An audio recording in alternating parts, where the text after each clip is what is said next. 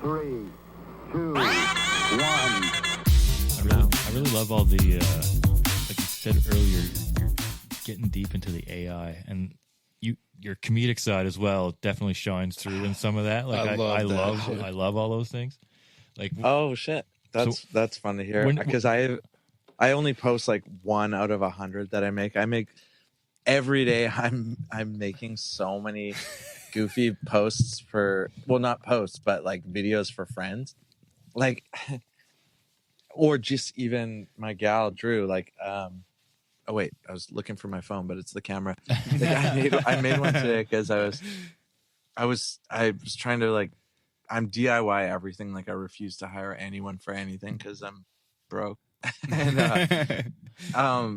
I figured out how to finally take an old I needed to power like a video doorbell, and there was like all these issues and blah blah. I found this like old adapter from like a Bell phone from like the 80s, and it was like AC to AC. It was the right voltage.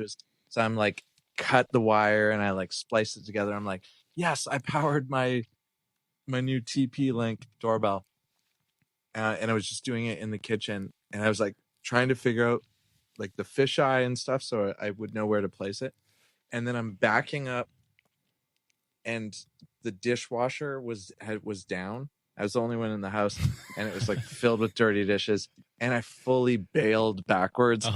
And there was like, it's like you can like hear like all this like glass breaking. Like, it was a brutal bail. And it was like the second I just finally had figured out, after so like days of trying to figure out how to power this doorbell because blah blah blah. Anyway, I sent it to her, but then I have to like put it into CapCut and like tweak the audio levels, and like I threw in like a little corporate like TP-Link home security systems like right after I bail. And like I have just different like video chat things on like WhatsApp and Messenger and stuff, where I'm like every day I will send some sort of like goofy video that I put together in like CapCut or something.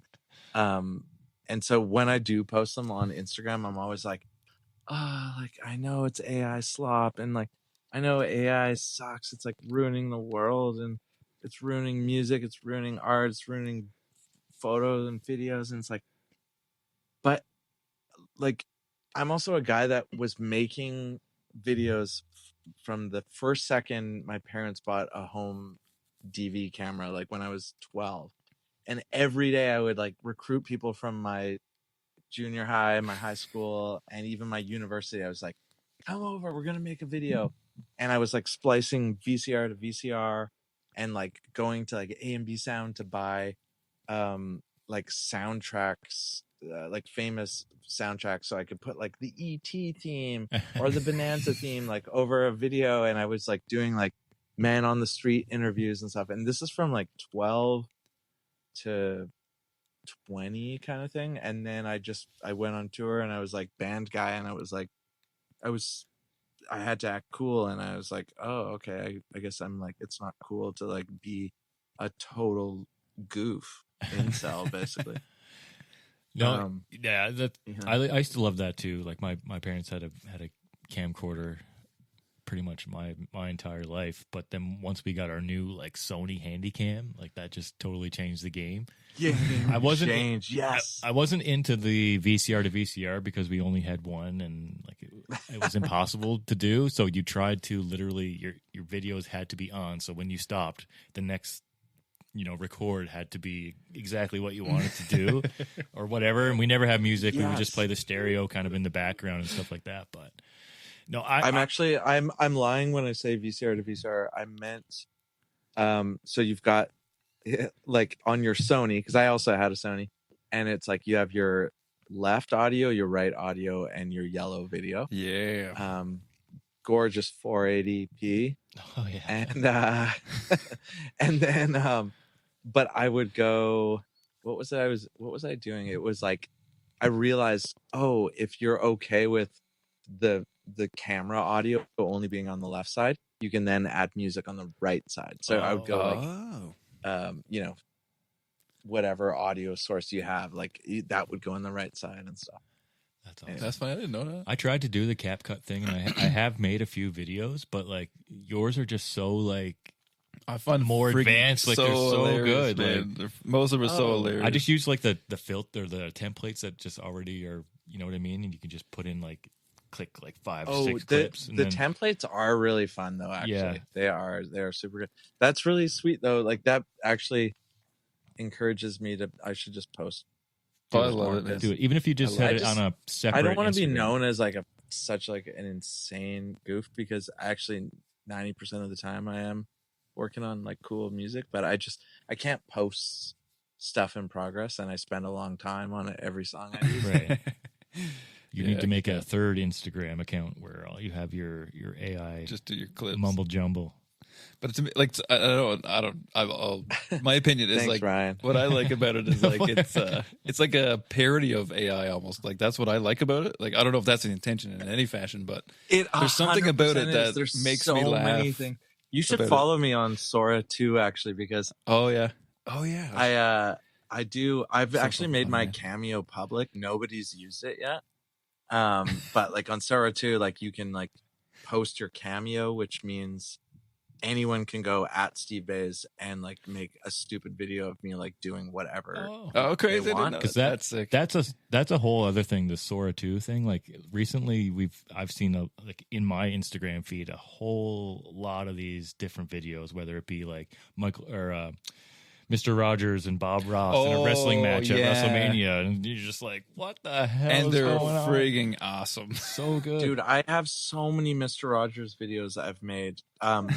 Talking about because to me I wanted him to talk about really obscure things. So like I've got him talking about like obscure plugins that like only a small number of people would understand, and like I think I posted a couple where he's like talking about how it's impossible to use auto-tune live, like it's such a pain. I gotta find that. I gotta find that. I just love taking like last night. I think I posted Snoop Dogg. So there's okay. So this is something that I'm probably a day away from posting, but so this one guy he did this video on. It was I think I did a screen recording of it. It was on like Instagram or Facebook, and he was saying how like modern companies be like, and it's like he was describing like we have a new product and it costs you more and it's like worse quality, blah blah blah. And then I put it into CapCut and I've like flipped him visually. I put devil horns on him and I made him so I didn't change his voice, so it's like it sounds like a Jersey like car salesman. And then I added like all these and then I was like, oh, it'd be sweet if I had footage of, so it's like a politician like addressing healthcare and saying like it's more expensive and it's worse, but like it's the best. And so then I got all this like I made all this AI footage of like a fighter jet flying through the sky, and it was like red, white, and blue, but it was all bedazzled with sequins and gold and diamonds. And it said on the tail of it, it says Dr. Dementia. And he's dropping syringes and wheelchairs and crutches to all these people that are like starving and all like disheveled with like and injured and stuff, and they're all wearing MAGA hats and they're like their arms are in the air and they're just like they're like yes, and then the wheelchairs like land on the ground and like fully like crash and break, and but they're still just like yes. I don't know if this is going to translate to this podcast, but I just like I will get an idea of something like that, and we have a tattoo studio upstairs because that's my gal's job, and so she was giving me a tat on my calf, and so I actually had time to kill, so I was like just using Sora to make this ridiculous remix of this guy's hilarious video, and I wasn't sure if I was going to post it. I just really wanted to send it to him and be like, I love your video. Here's my remix of it. Oh my God. Anyway, that's sort of, yeah. And I put it in CapCut. I mess with it. I change the audio. I use like the audio voice changer stuff a lot, and the audio voice isolation, pitch shifting, and in there, like CapCut is on such a crazy new level. I feel like this might be a new breakthrough for the podcast. I feel like we could take some of these videos and turn them into like little promotional videos for our podcast. I think that'd be such a cool idea.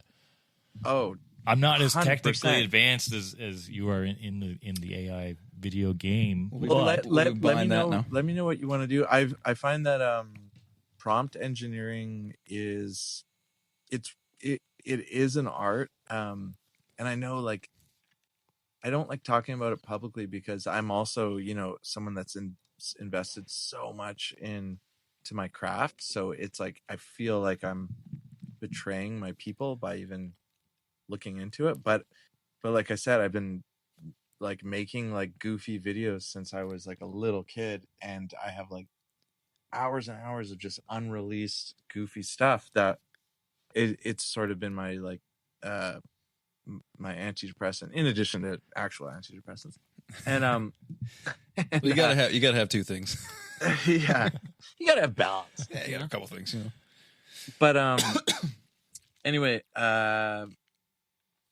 yeah, speaking of ADHD, oh no, we weren't talking about that. What were we talking about? I don't know. It doesn't matter.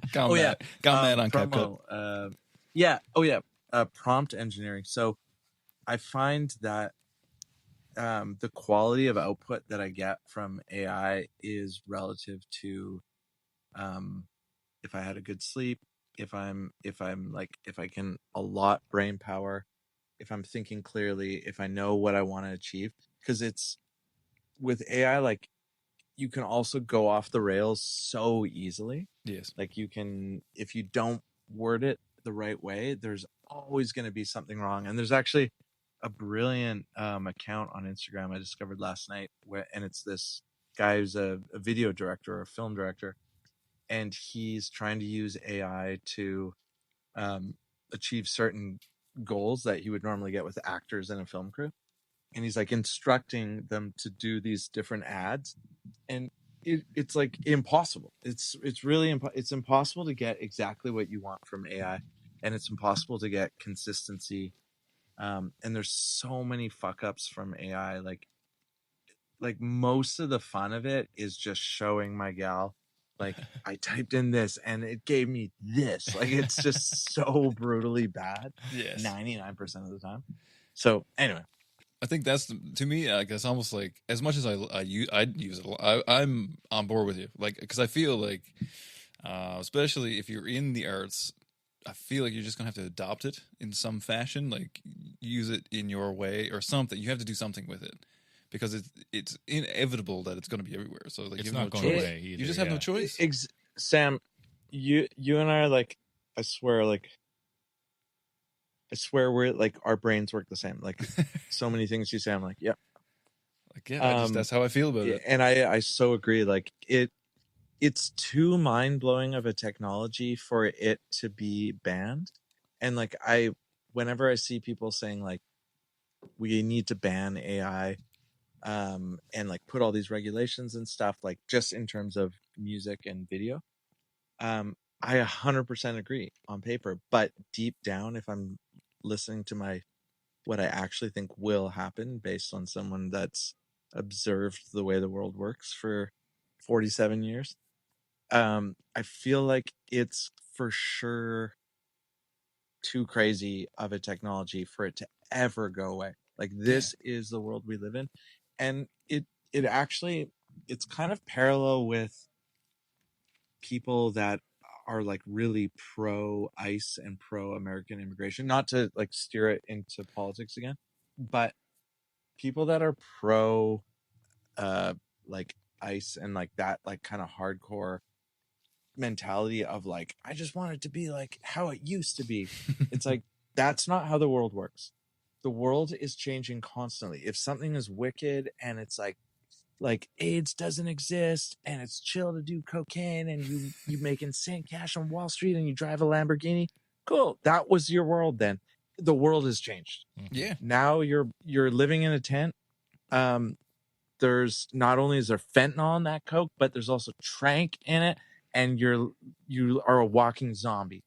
Also, you know what I mean? Like the world changes so fast and so rapidly. Yeah, everything. You can't crave the old times anymore. Like the world is changing, and you need to just make a second to second to minute to day to like decision. And right now, we're in a time where photography has been annihilated.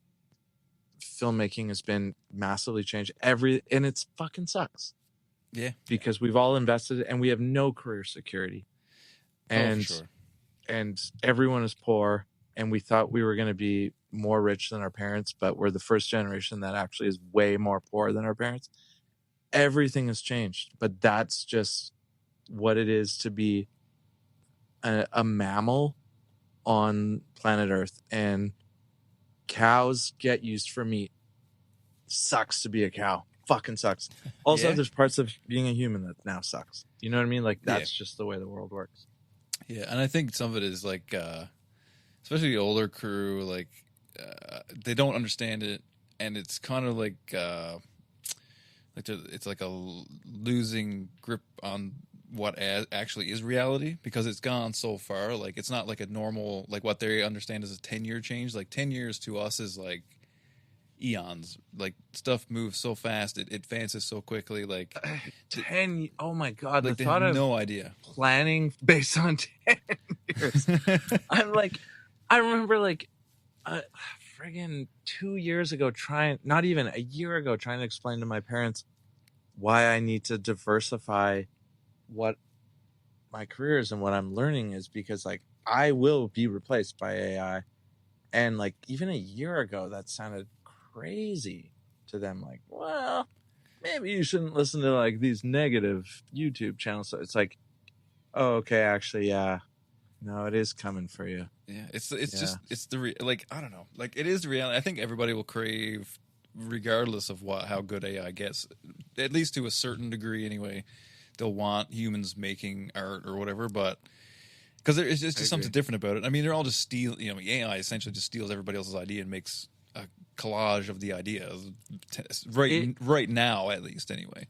It is to me. It is pointing out the beauty of people's personalities. Yeah, that's the connection part and of what it. Makes and connection. Yeah, and it's, to be honest, like I feel like I've come out of my shell more since I've realized that there is no benefit anymore to observing what other people are doing and trying to assimilate. Like all of what makes me unique is just going down the rabbit hole of Steve and just seeing like just friggin' whatever that obscure thing is. It's like even like talking with you guys, like I feel like since our last podcast, you guys have become more inflated versions. Inflated is a gross word, but like you seem more like Sam now. You seem more like Ryan now. Like you're kind of becoming more the personalities that were already there, but there's clearly like more value to like bringing it out more maybe. Yeah, and I will admit, like doing this podcast, is kind of, I wouldn't say I'm not a shy person to start with, but I'm not necessarily a vulnerable person. You know what I mean? Like those are different things, and especially if you're from Alberta too. Yeah, well, we're not from here, but we're here. We're here now. It's not rewarded culturally there as much. No, and not a bit. Like arts here is kind of looked at like third-rate citizen to a certain degree, right? Like in that kind of context, like the community is really good. I will be the first one to say the community is freaking awesome. That's right. But the outside, but as a whole, outsiders looking in, it's not that picture, right? I had a thought and I can't remember what I was going to say now. I had a whole thing. I had a whole thing. Just that you were saying. Like by doing the podcast, like I feel like I get. I don't know. It's something about the more people that look at it, it's like the more comfortable I get with myself. In a strange way, like that's how I feel about it. Like it's almost, and it's not like a confidence thing because I don't feel like my ego is inflated by it. That's not what I mean. and maybe it I is to a know. certain degree, but I don't know. I don't know. It's There- a different level of it- confidence about it. Oh, Mike. Oh, Mike's out.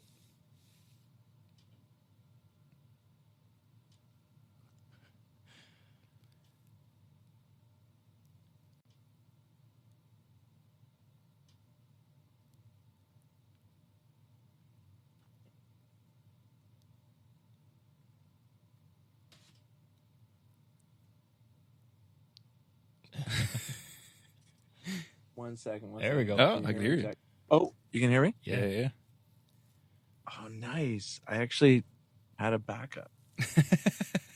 Excellent. Check, please. All good. There you go. No, I know what you mean though. Like there is an inner peace you find when you put yourself out there and you're accepted. Yeah. Even at the expense of other people maybe critiquing you.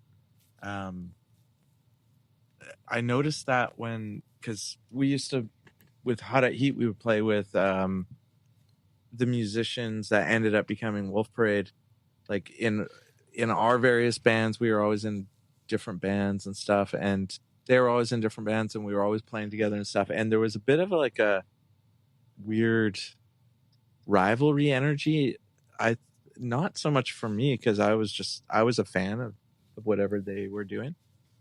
And then when all of a sudden Wolf Parade got signed to Sub Pop 2, and then they went on tour with Modest Mouse, and like running into them after that, and they were like, I was like, man, there's like an inner peace to Dan, for example, that I've never seen before. Like he's listening to me, like he's not judging me.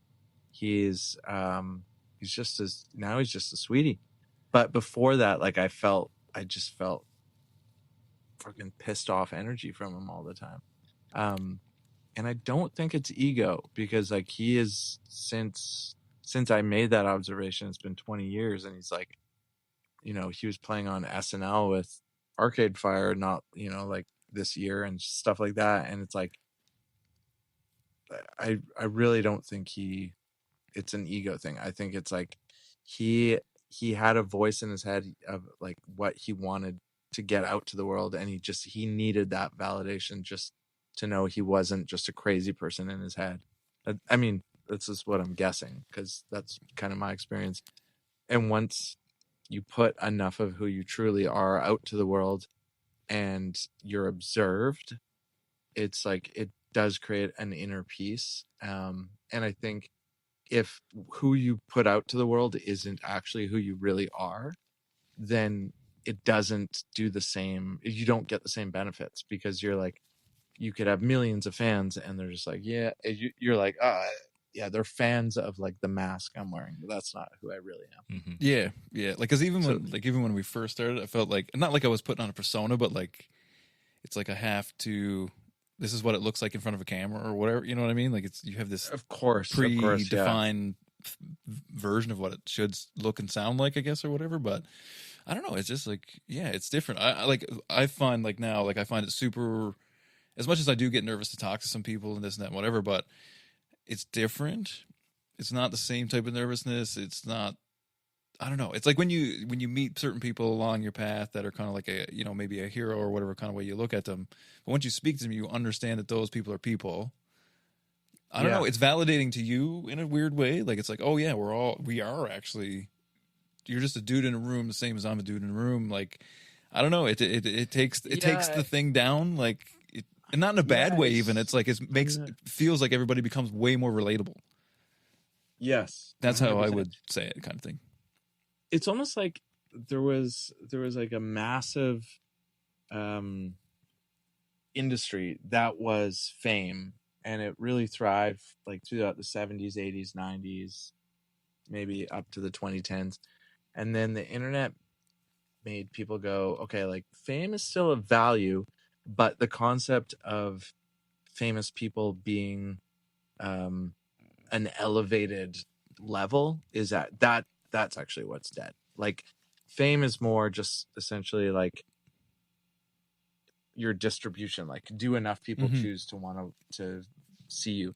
Whereas before it was like not only was it just like, do you have access to those channels of distribution? Like, is like, is like the National Enquirer writing about who you're dating? Yeah. It's like now it's not just about distribution, because anyone can get distribution if they're of value to the viewer. And like, and then we went, okay, most of the people that are getting distribution and are being talked about online or watched online actually are not of elevated brain value or physical value necessarily. You know what I mean? It's just like anyone could be famous. And that's sort of kind of leveled the playing field. And now we're like, now we're kind of in this like weird purgatory. Like, what is fame even? Yeah. Yeah, I would agree with that. I would 100% agree with that. I feel like sometimes, too, like now that we have access to so many people and so many different streams of entertainment or music or whatever, like the curtain has kind of fallen down, and you kind of see people and you're like, hey, like this person's he's an idiot. Like, I mean, and that's there's that side too. What is fame? There's that side. What even is fame anymore? I think, Ryan, what like you're pointing out is what is going on with like what's his name? He's all over Sora too, and he fought against Mike Tyson. Why am I blanking? Jake Paul. Yeah, Jake Paul. So like there's like the Jake Paul kind of realm of fame and the Kim Kardashian realm. And that sort of TMZ kind of fame, it's like it's really starting to like the line between just some random dude doing something crazy online and like Kanye West, like destroying a journalist's phone on TMZ, like that line, it's like one step over. It's not this crazy other world where it's like the monarchy or whatever. Even the monarchy, like their fame, it seems like, like you're, oh wait, so being a king just means like you're kind of a d-bag. Oh, like it's like all those lines have been blurred and are less significant now. Yeah, and everybody's so like, I mean, everybody's a message away. You know what I mean? Like that's kind of how like that. I think that takes away some of it to a certain degree. And then something I've noticed too is like, and I understand that like in the 70s, 80s, 90s, there wasn't a camera around all the time. You know what I mean? Like there's that whole thing too. So like there was a bit of mystique left behind. You need that, yeah. Whereas now it's like, I mean, you can literally watch anybody basically do their entire day on, Instagram or whatever. So like it's kind of like, I don't know, it removes a little bit of the that from it, like the veil is not there. That was the growing pains I was going through with Hot at Heat, because we kind of came into the public sphere pre-social media, and everyone's saying like, oh, you gotta get a Twitter account. It's like, oh, okay. And like I was the only one in the band that had any interest in social media, and not even interest, just like I seemed to be the only one accountable for our failings at social media. So I was like trying to wrap my head around it. And I wasn't great at it. And then, sorry, what did you just say? Something you just said was triggered the veil where I was drops going a little bit. Kind of the mystique is gone. The mystique is gone from the old days. That was all of our argument for the whole band's career, was like mystique is essential. Like by posting too much, you're damaging your mystique. And it similar to the AI adoption curve, I feel like eventually people went, yeah, I get the mystique argument, but this isn't going away. And you know what? Jake Paul just embraced Sora too. So, and it's actually, he's only blowing up because of it. So I guess we're going to do Sora 2 now. Like that's where I see AI going. And the same way, all of a sudden it's like you would see, all it takes is like that one major artist to go, you know what? I'm just going to post myself on social media constantly and say, fuck Mystique. Like that's the old guard. And once that switch is flipped, it's like the world doesn't go back. And that's kind of what I feel like with AI. And bums me out because I've spent years like equally hating on AI as I have been like just devilishly curious about it. Yeah. You going for a leak? Yeah, I got it. Oh God, thank God, Ryan. I got it too. Talk about the power dynamic. Yeah.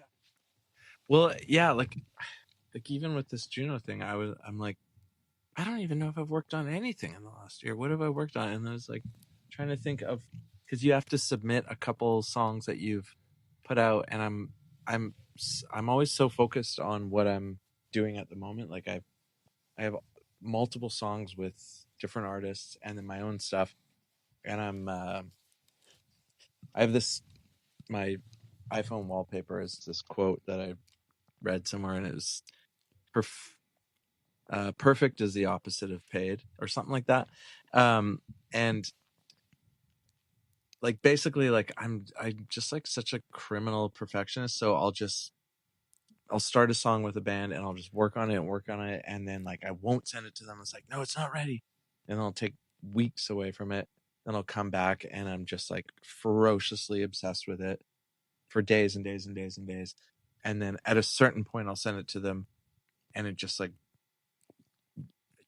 most of the time will blow their mind. Sometimes if I send it to them before it's ready, I'll never hear from them again. So that, I think that's happened enough times that like I will only send it to the band if I'm absolutely obsessed. So I'm like living in a handful of songs right now that I think are like, you know, the greatest, you know, co-songwriting I've done, or, you know, production or mix or master I've done, because I've been really obsessed with mastering and stuff too.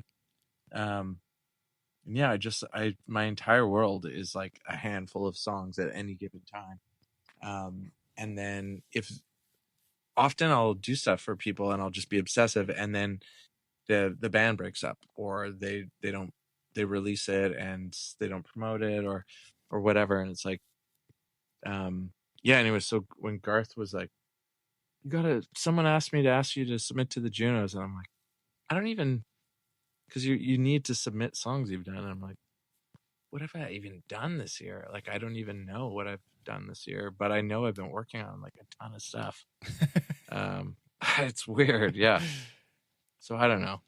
When you take a break from producing and stuff, have you ever came back to a song and kind of realized maybe I've overproduced this? Has that ever become a thing? Or yeah, I mean, less so with the producing part, because to me, like it would be more so with mixing. Like often, because like I feel like the act of getting better at a craft is you need to constantly be absorbing new information about that craft and like implementing it into like your workflow, and like seeing if you can assimilate it.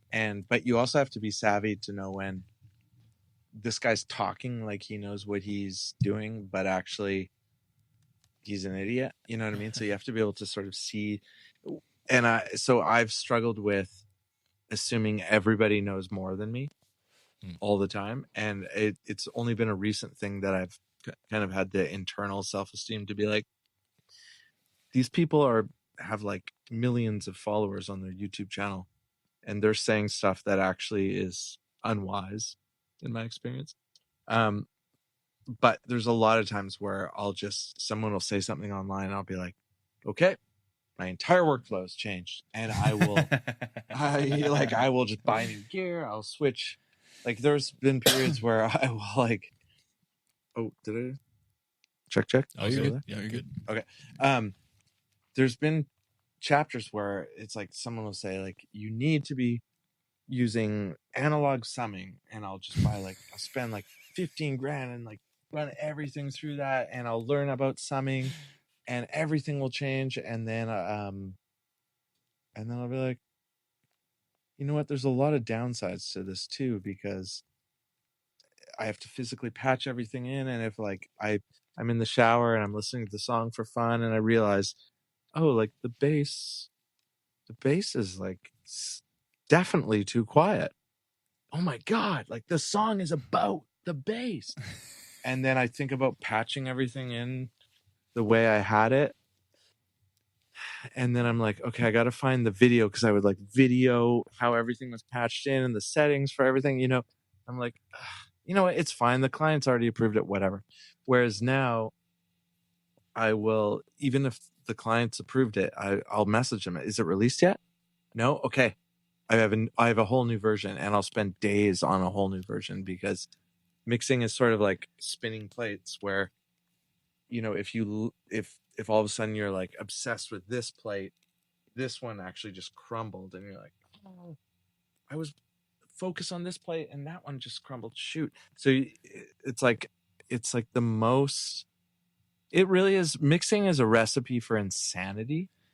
And I think it's probably why I've become like pretty insane. Like I really made a point of showering and shaving for this interview.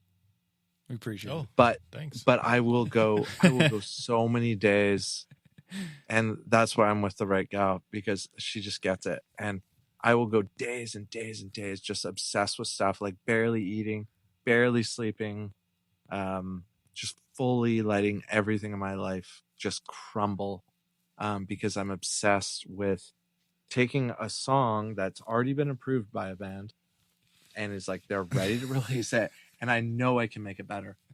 And when I have those instincts, I'm always correct. It always does get better. But so when you say like, is it sometimes that you overproduce something? It's not that I overproduce it. It's that sometimes in the effort to make something better, I will have to like press pause or stop and send it to a band, and they may approve it, but I may know, like, in pursuit of what my goal was, I didn't hit it yet. And it's, in my mind, it's, I'd almost rather that they just released, if you have to release something, release the older version where it was like the energy was more raw. But there's somewhere between like raw energy and like just absolute sonic and songwriting gold, where you actually, if you just try, like strive for it, you do sometimes hit it. You know what I mean?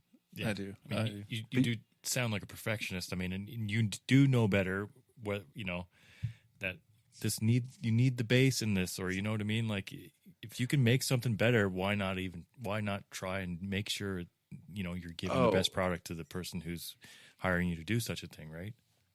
Yeah, and I really like, there's something about having a child. Like Maisie's almost 2 years old, and it's like every second that I'm not with her, I better be not just like going down the rabbit hole for the sake of like my own sort of like, you know, dopamine hits, you know, like it needs to be a conscious decision to go down the rabbit hole.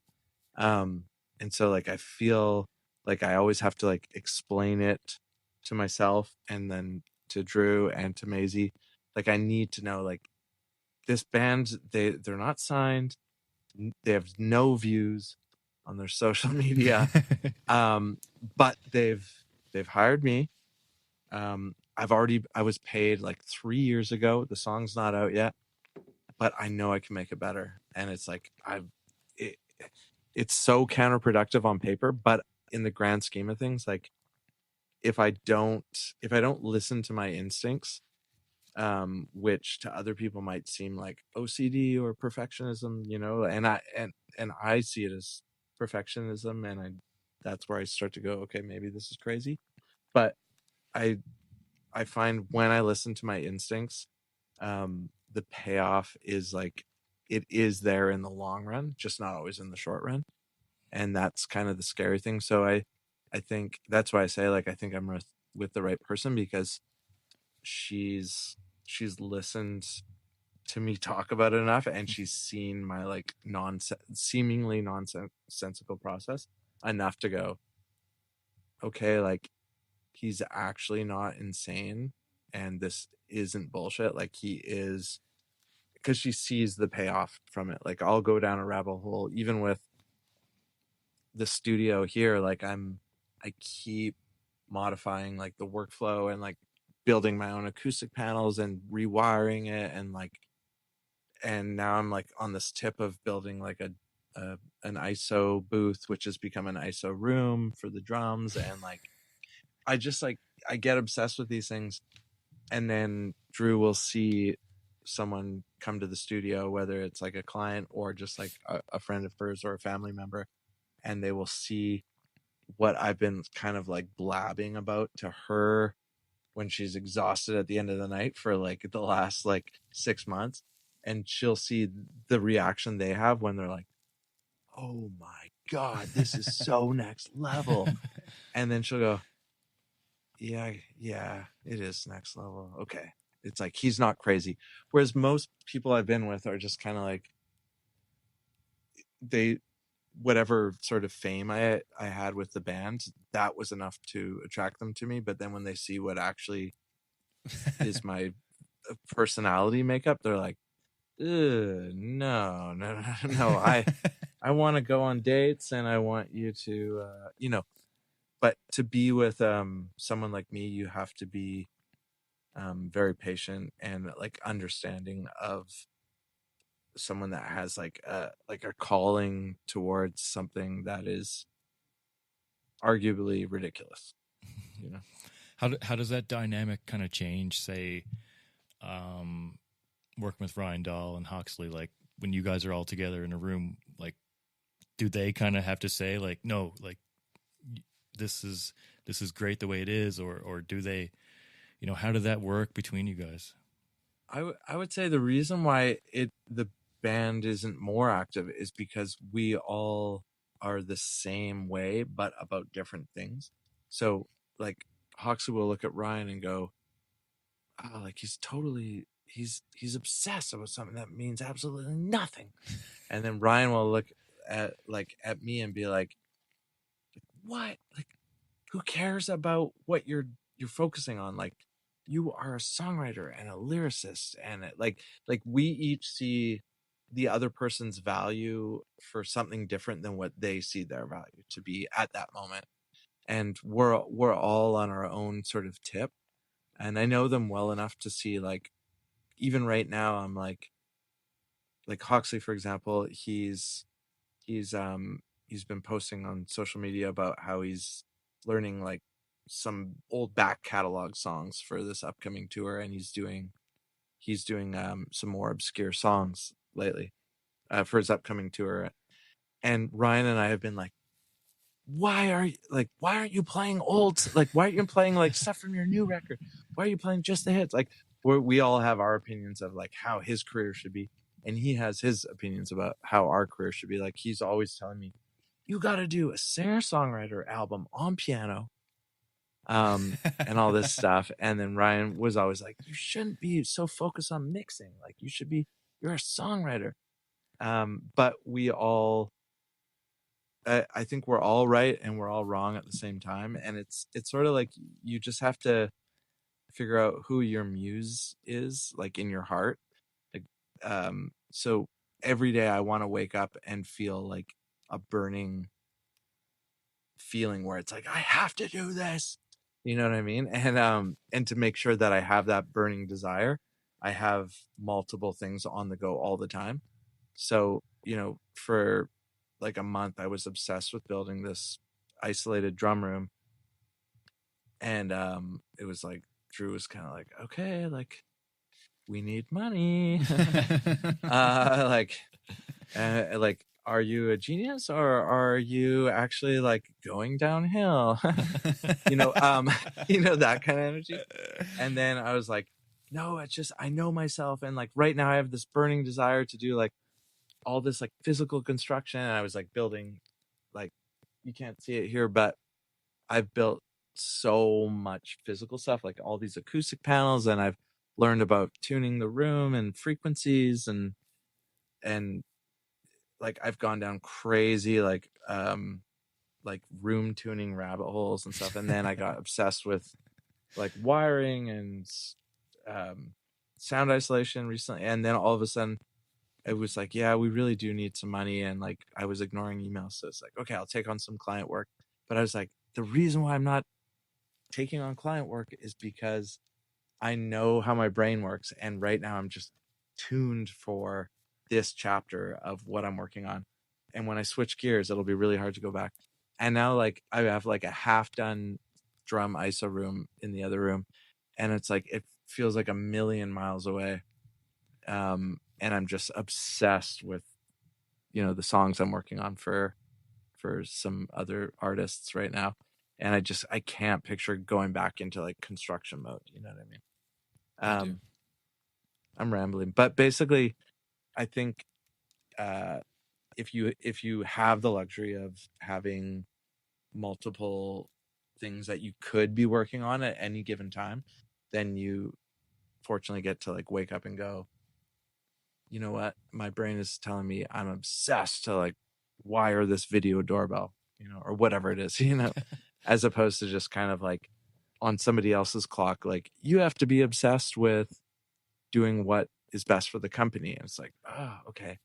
So yeah, I think like a sense of autonomy is really strong with me, and I tend to rebel against what's best for me, even if I'm rebelling against myself that said you have to do this. You know, does that make sense? I don't know. It does, actually. It's funny because I'm relating very much to this. Like, very much. I need to have at least 10 things going on at once for one thing to get done. Yes. It's a very odd thing. It's like there has to be constant pressure. It's like a different stimuli of the brain, right? So, yeah. It's like if there's not any pressure, I don't have any desire.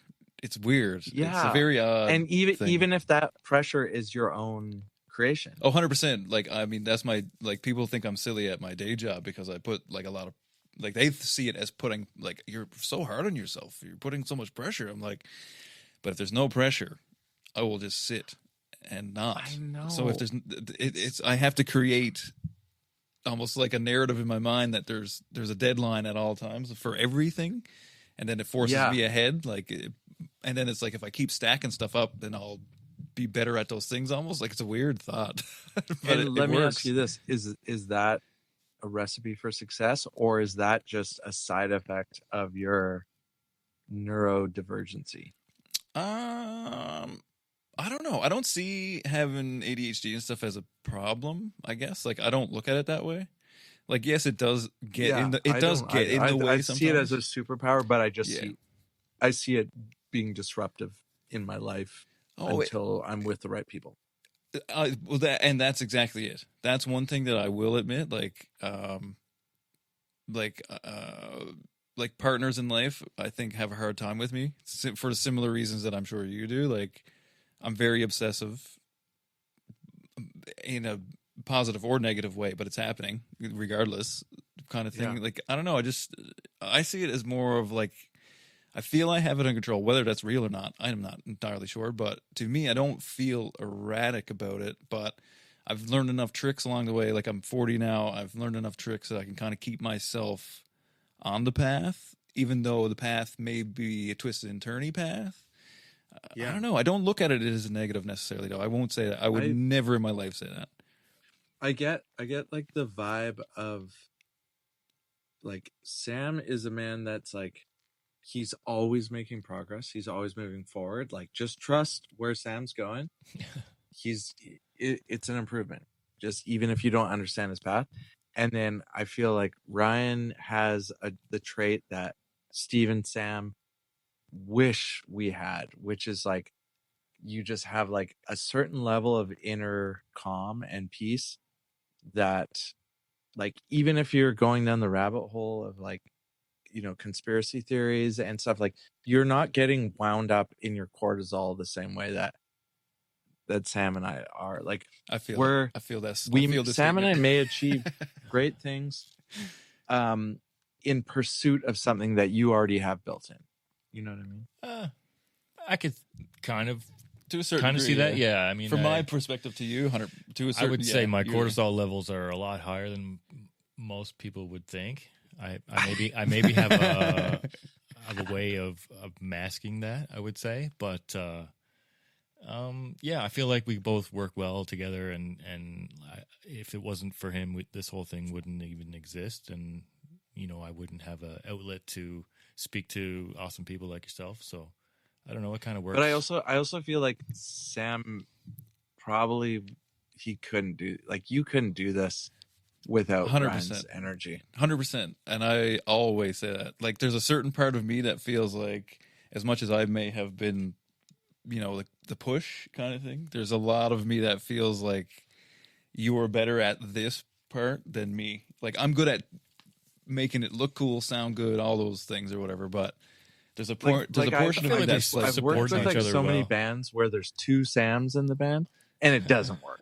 no, man, it won't. There can't be two of me. I'll be the first one to say that. And two Ryans doesn't work. No, I don't think that would work either. Yeah, like we support each other and we kind of boost each other up and support each other that way. And I think, yeah, like for me, I wasn't sure if this was even what I wanted to do. Like I've always had a hard time putting myself out there, and like as we've talked before, like the more you do, you kind of feel more comfortable with yourself and in being who you are and letting the world kind of into who I am or who we are or whatever. Yeah. So it works like the yin and yang type of thing where we both kind of feed off each other and it works that way. But yeah, I don't know. Like cool. I feel like I don't kind of let on, maybe I have a emotional deficit as well, or whatever. I don't know. Like it just works. It's also nice. It is a nice thing to like with like a podcast like your guys is like you can put it on in the background and it's a wallpaper of a vibe where two men are in their 30s or 40s and like they're like stoked to hang out with each other with each other, which as I've gotten older I realize like there's a very very small amount of days in the year where it's me and one other guy just hanging out as buds and talking. Like maybe like Ryan Dahl came over here maybe like a month or two ago and it was like, oh my God, like we had maybe 6 hours together and I was like, wow, like every second was just like dripping with like one of us wanting to say something to the other person, and not like essential critical stuff, just like random stuff, like talking about like there's a spot where I've discovered where it's like this like lumber yard that gets rid of like wood scraps at the end of every day, and it's like blown my mind, and so I like took him there and we were just like, yeah, this is insane, and like we're loading up our trucks with wood. It's like, oh, you want to build shelves? Okay, then you should take this. No, you have it. No, you need it. Okay. This piece looks like it would be good for you. Yeah. And it was like to have a day as a guy in his 40s just hanging out and being a bud with another guy. It's actually like super rare. So I can see listeners sort of enjoying like the X factor of that energy and not necessarily knowing why they like that feeling, but maybe that's part of it. I don't know. Yeah, I do I've feel got like that comment kind of or something similar in that vibe kind of thing a couple times about their podcast. Entering your 40s, I feel like your friend numbers drop drastically. So like it is important to have somewhat of a connection with a bud. You can kind of shoot the shit about anything, and we don't always necessarily talk about podcasting or whatever or music. We're talking about whatever. So it is very important, I feel like, to have those people to bounce ideas off of, whatever it is, whether you're doing the lighting or you're building something or you're going to a lumber yard and picking up scraps. You kind of always need to kind of have that also I don't know if you notice this, but like as I get older, because like the gaps of time between connections are longer, consistency ends up being like a way more coveted trait in a pal than I had realized, because some pals like I won't talk to them for like 5 years, or 10 years even, and it's just like boom, same dude. That's Dave. That's Aaron. Boom. Like, I don't even have to like catch them up on stuff. It's just like where it's like the exact same vibe, and it's like, oh my god, I love this guy. And then next thing you know, it's like years before you talk to him again. 100%. Yeah.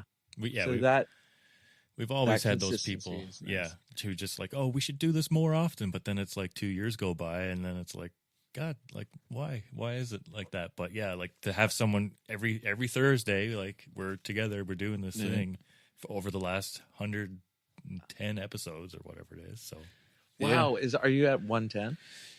Oh, we're probably at, like, if we, in terms of actual episodes, we're probably like 120 odd, 30 odd, maybe even. But like published, this one will be 104. okay, Damn, dude. And like, think of, like, I know how much effort went into like locking down this podcast. So like to do that times 120, like, props. Yeah. That's respect. Yeah, it's the longest running thing I've possibly ever done. You know what I mean? Like consistently, I've stuck to that and done that thing for that many times. Yeah, There's somebody online said that women like connections to people and like relationships, and men like things. And I sort of do relate to that. Like men do often when I get together with people, like they talk about their things, you know?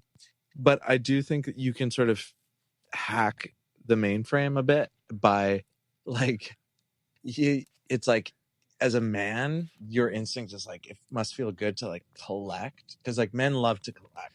Yeah. And like you're collecting episodes, but technically they're instances of connecting with humans. Yeah. You know? So you're kind of like combining both worlds.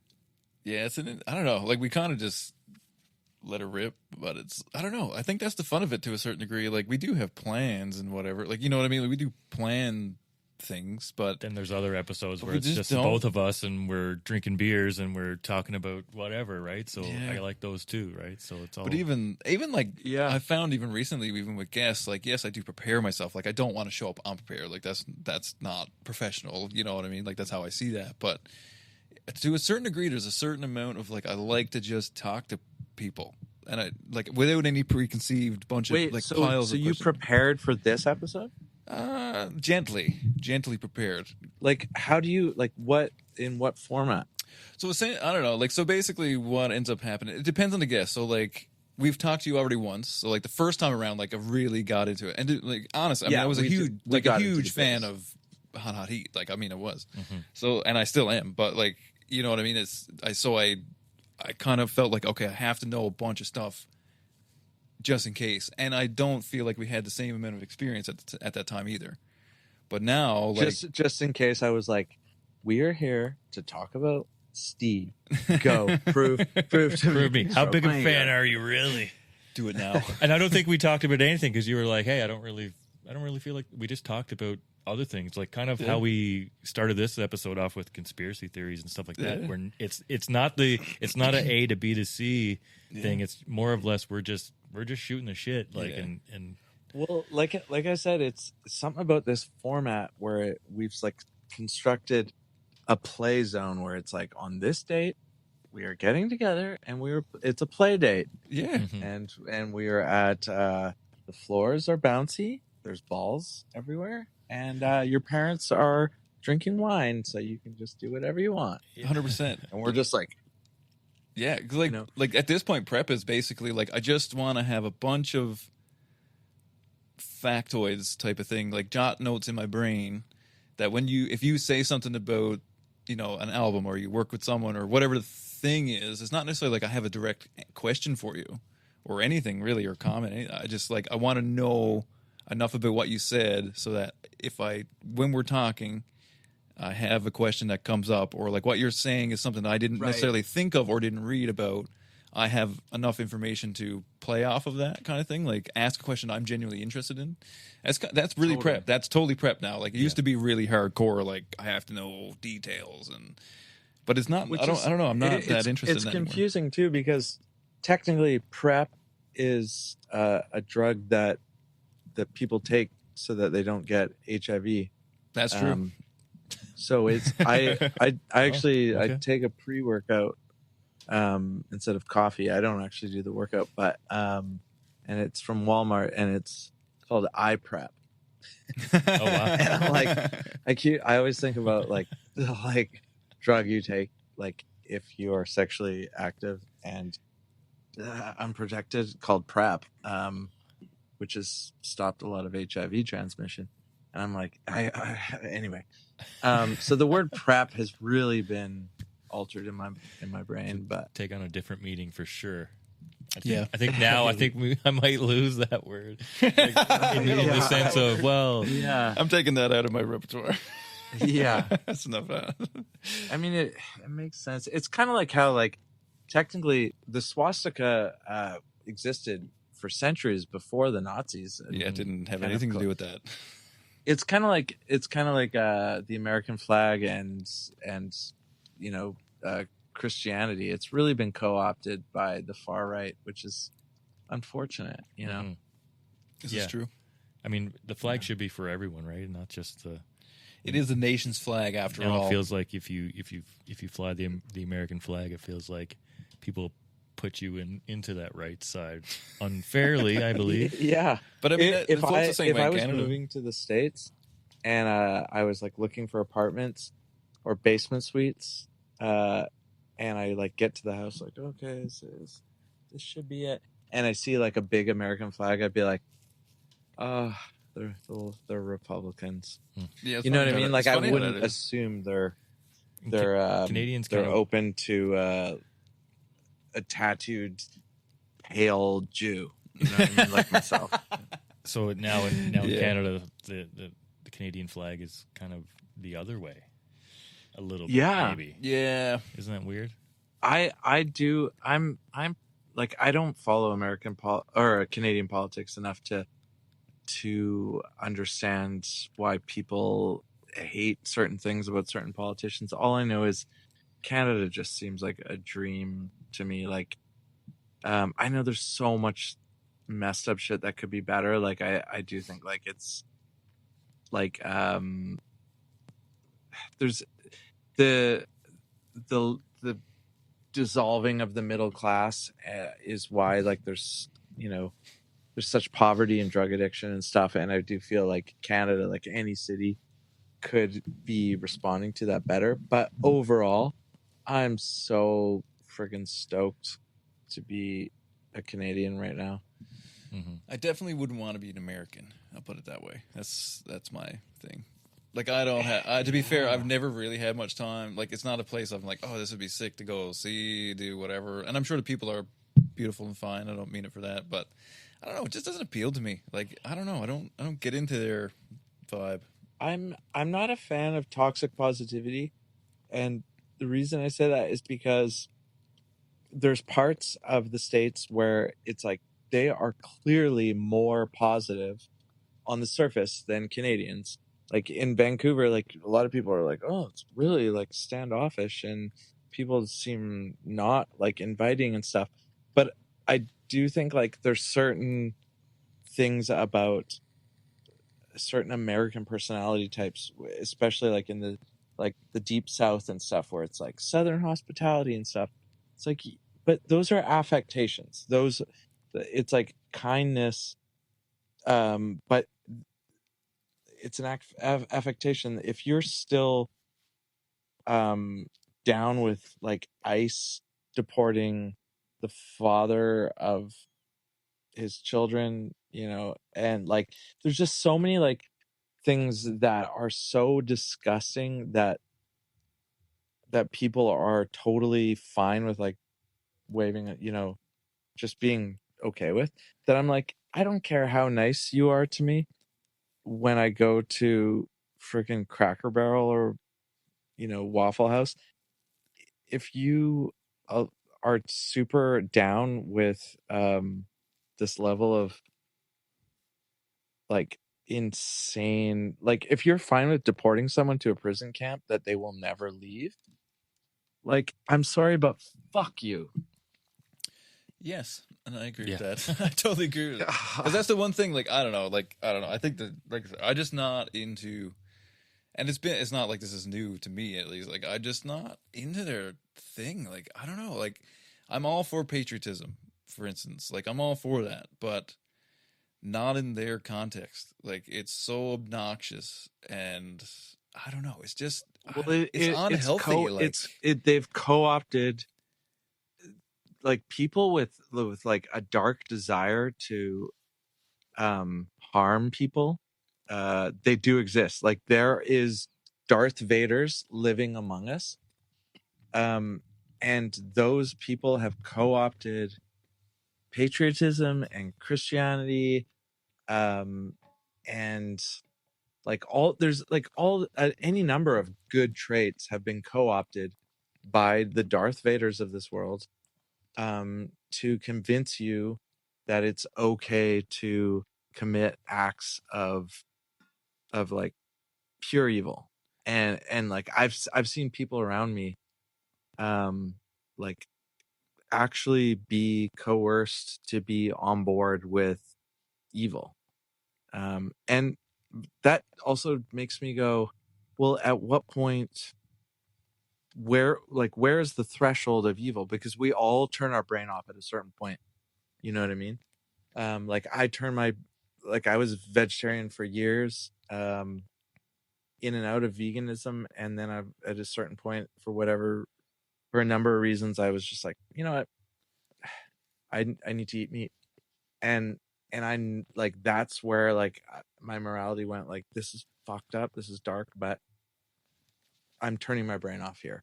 And we all turn our brain off at a certain point. So that's why I do sort of like, I give space for people that are like, I've grown up around other Americans. I've grown up around only Republicans. I mean, like in the church, I've been indoctrinated. I mean, they don't know they've been indoctrinated. I do think like a lot of people that like are on board with endorsing other people that are evil are actually good people. You know, it's just typical kind of brainwashing, and we all are brainwashed to a certain degree. So that's why I give space to a lot of different types of people. But at this point, from like 2016 till 2026, let's say, we've all had enough time to decide like, where do we stand on human rights. And yeah. Anyway, sorry to go there. No, man, it's all good. Yeah. You're up my alley. I like it. It's fine. How long have you switched back to eating meat and stuff? Well, I've gone into the vegetarian world a couple times for maybe like 5-year periods. So it's probably been like 5 or 6 years that I've been back to meat.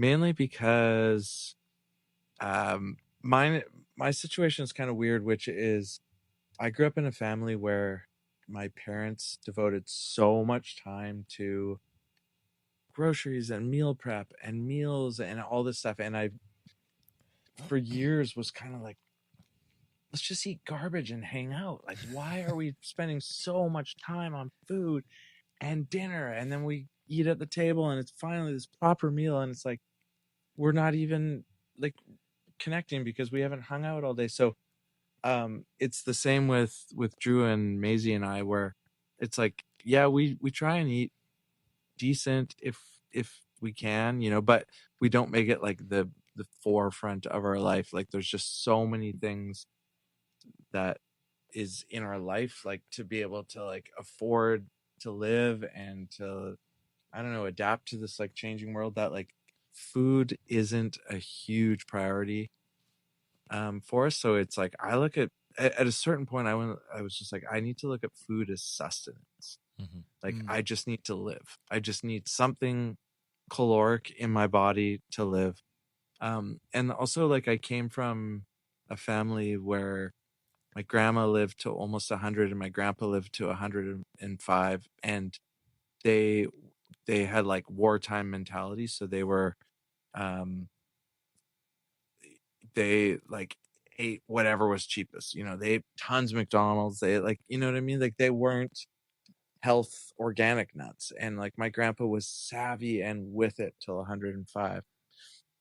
So I don't necessarily buy into the benefits of like all the health stuff that a lot of people talk about. I think everyone's body is actually drastically different, and that doesn't fit into capitalist America. And so it's like it's so much easier to say everyone should be taking methylene blue. You know, it's like, okay, RFK, well, you know, like we're all different. And so yeah, I like part of me was doing it for health, but mainly I was doing it for moral reasons because you know, I've had lots of pets, and I just feel like they're humans. They're the same as us. So yeah, I really should be vegetarian, but at the same time, when I was vegetarian, I did feel like my health went downhill and my energy was just dipped super low. And I feel like we live in a world where like if you're not kind of primed to take on your day every day, like Yes. you really suffer, and it's there's like a trickle down effect. And I have a lot of friends that are vegetarian and vegan, and I've seen how much effort they have to put into eating and stuff. And I just, yeah, like I said, I grew up in a house where so much energy was put into food that I just have an aversion to it to this day. Like I eat what sort of presents itself to me, and it's weird. Like yeah, you'll probably be playing at this clip at my funeral in 2 years, but like I have a really weird aversion to putting time into my diet, and it's stupid, but it's also like throw that into the pile of other stuff I do that's stupid and I don't understand, you know. I'm fully relating to what you're saying here, as astonishing as that might sound. But yeah, but like I'm a person who's like I feel sleep and food are waste of time. I don't like either. Dude, me too. It's just in a fact, thing, because man. we were doing this podcast, I forced myself to go to sleep at a reasonable hour, which ended up being 2:30 a.m. I and I totally got understand a this. full 8 hours, and I'm like, And that's exactly it. Like I don't know, and I'm like back to the obsessive thing or whatever. But like, it's one of those things. Like, it's like I could be literally about to pass out because I'm so bloody hungry, but if I'm doing something, I don't stop to eat. It's not happening. I could care less. I'll die right here. I don't know. dude, you need to do an ADHD podcast because you don't present as ADHD at Oh, I'm all. horrible. I'm a horrible ADHDer. Like, But full on. you have all the telltale symptoms. Oh yeah, like I'm pretty good at like sitting here calmly ish, and I can do that. Yeah. But I have lots of visuals. There's lights. There's a couple of different screens I can look at. Like it's a whole entertainment system kind of thing. But so like I mean I live in this house now more or less by myself. So it's like, yeah, dude. I mean I'm healthy. I eat. I do gym and all those things. But like when I get into something, oh, I'm in it, man. I don't eat. I'll just Yeah. I forget that time exists. Ryan, do you like, are you just kind of used to that with Sam, or do you like often look at him and go, oh my God, that's so Sam, or that's so ADHD? Well, when it comes to the sleep aspect, yes, because I am not like that at all. I mean, if I have to get up at 4:45 in the morning to get ready for work, I kind of would like to have it be shut down, you know, by at least 10:30. And I'm Wait, on a strict. Do you wake up in 5 hours for work tomorrow? I'm off tomorrow. Yeah. So, but Oh, he thank God. does have to work I gotta work tomorrow. But he's a. Oh, thanks, guys. If we weren't doing this, he'd still be up No, man. What at this time? time anyway, right? And It's that's only one thing quarter I'm after like, 12, Sam, it's I don't fine. know how you do it. Like you don't sleep. Like he'd be up, you know, he could be making a beat or I'm you know, always- doing whatever, right? And I'm kind of more the opposite of that. I have a strict routine, and I, you know, do my. Okay, So it's like interesting. that's Yeah. the part that I notice, is the sleep aspect of things, and he could probably live off less sleep than I do. Oh, Like 100%. I need at least 6 hours for sure, and I think 6 hours is usually my sweet spot. But like, yeah, no, that's one thing that I notice for sure. Yeah. If I leave myself alone today, like I could stay up all night and just go to work tomorrow. Wouldn't be a big deal. It might be a big deal by like 7 o'clock tomorrow night kind of thing or whatever, but I find it actually like sometimes I feel pleasantly high when I don't sleep enough. yeah, dude. Yes. It's so weird. Weird endorphins. Overall though, like there's Yeah. like when I don't sleep enough though, I do feel like throughout the day there's moments where I'm like I'm confronting a lack of CPU. Like That has happened, yeah. I'm like I find my my diet brain is is worse. significantly downgraded, and I can tell. Yeah, I find mostly it's what I eat. I don't find sleep as bad. Like, I mean, if I run it together, like if I do a couple 4 days in a row, I'm not doing much sleep. That gets a bit weird.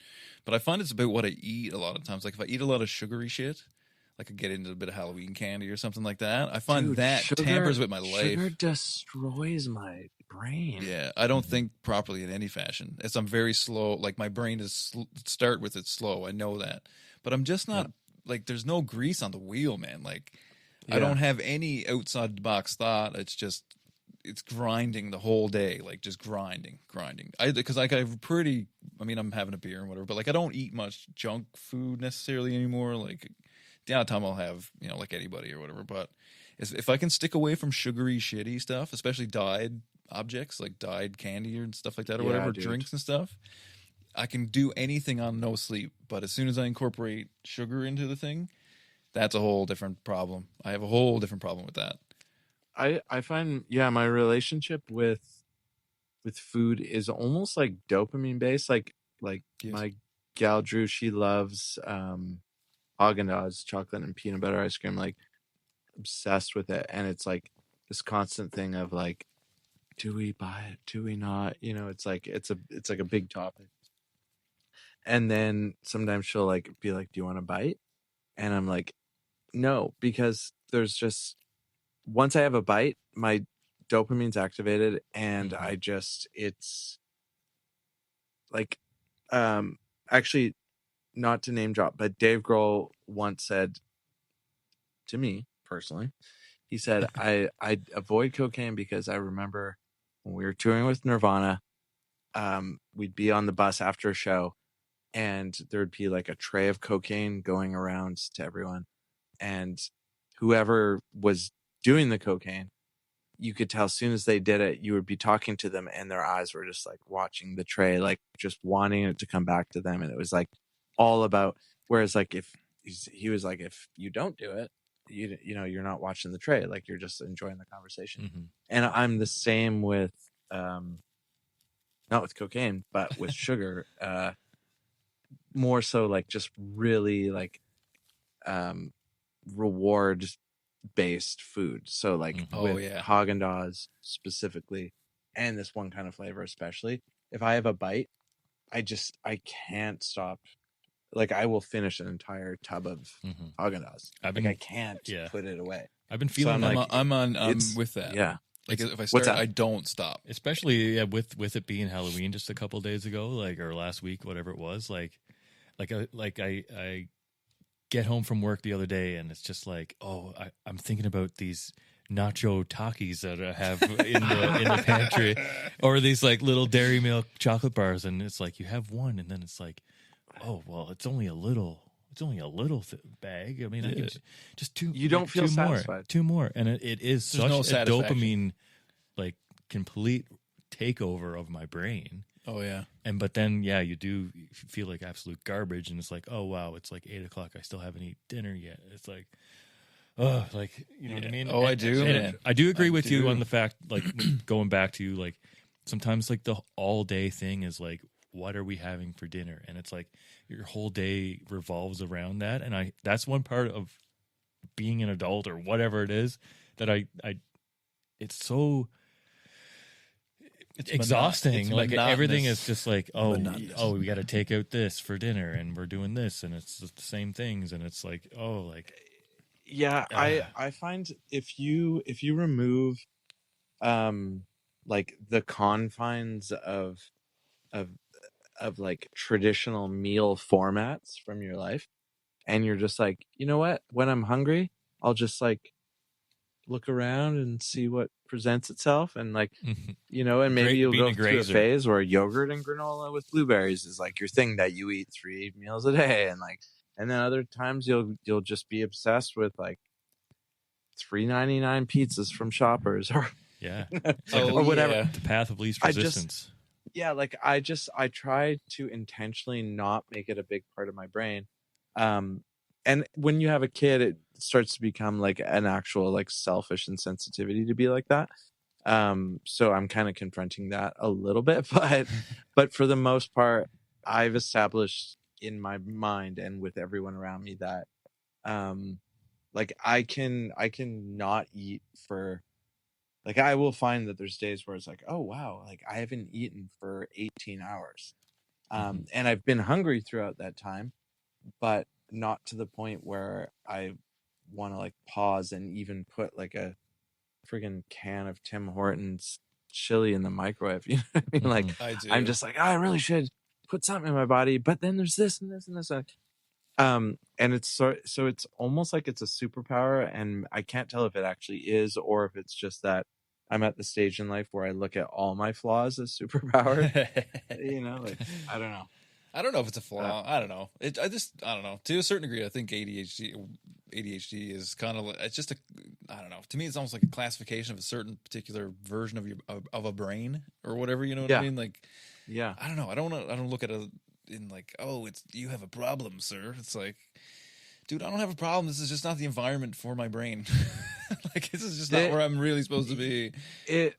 There's some really good YouTube channels that talk about ADHD, and even as someone that I've been told countless times I have like severe ADHD by everyone in my life, like I still watch them and I'm like, yeah, you're bullshit. Yeah, you're faking it. Like, yeah, it's bullshit. Like, it's such an ambiguous thing unless you're the one living it. And even ADHD people on TikTok, I'm like, yeah, you don't have real ADHD. Like, I don't trust it. I don't believe it. But then there's moments where I'm listening to those same people and they're describing ADHD, and I'm like, oh, like I feel so validated for Yeah. it's Or so called, beautiful. or super called out. One or the other. Well, the big thing with ADHD is like there's a lot of shame because the world is constantly telling you like you fucked up or you did something dumb, or like there's so many things that you do that you're punished for. Like I feel like all my relationships ended because of ADHD traits that came across as insensitive, whereas anyone that took the time to actually get to know me would know like you'll never get someone that loves you as much as I do. Like if I commit to you, like I friggin' love you. But my if you see some of my actions as something other than ADHD, I could see how it would be seen as insensitive.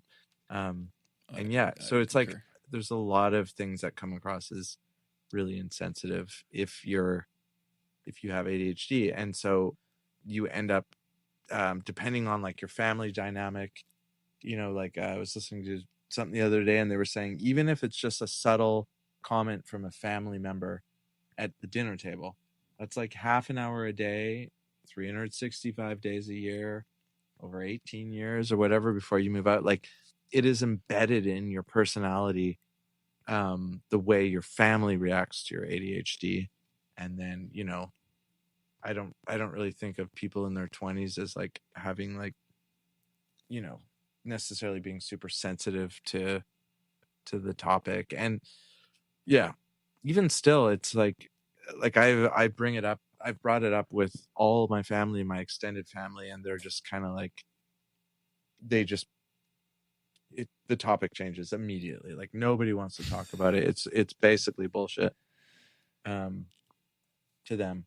And they say, like, I remember once Drew was like said to my mom, like, what was Steve like growing up? Like, did you notice like these sort of ADHD traits? And my mom was like, no, like this is like brand new.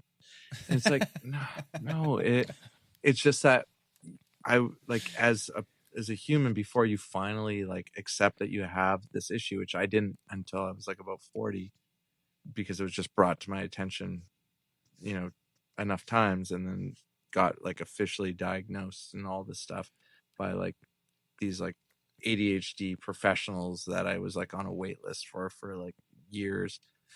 Like up until that point, yeah, I was like masking. You're just like constantly hiding who you actually are. And it's the same with autism, and it's in the same sort of spectrum.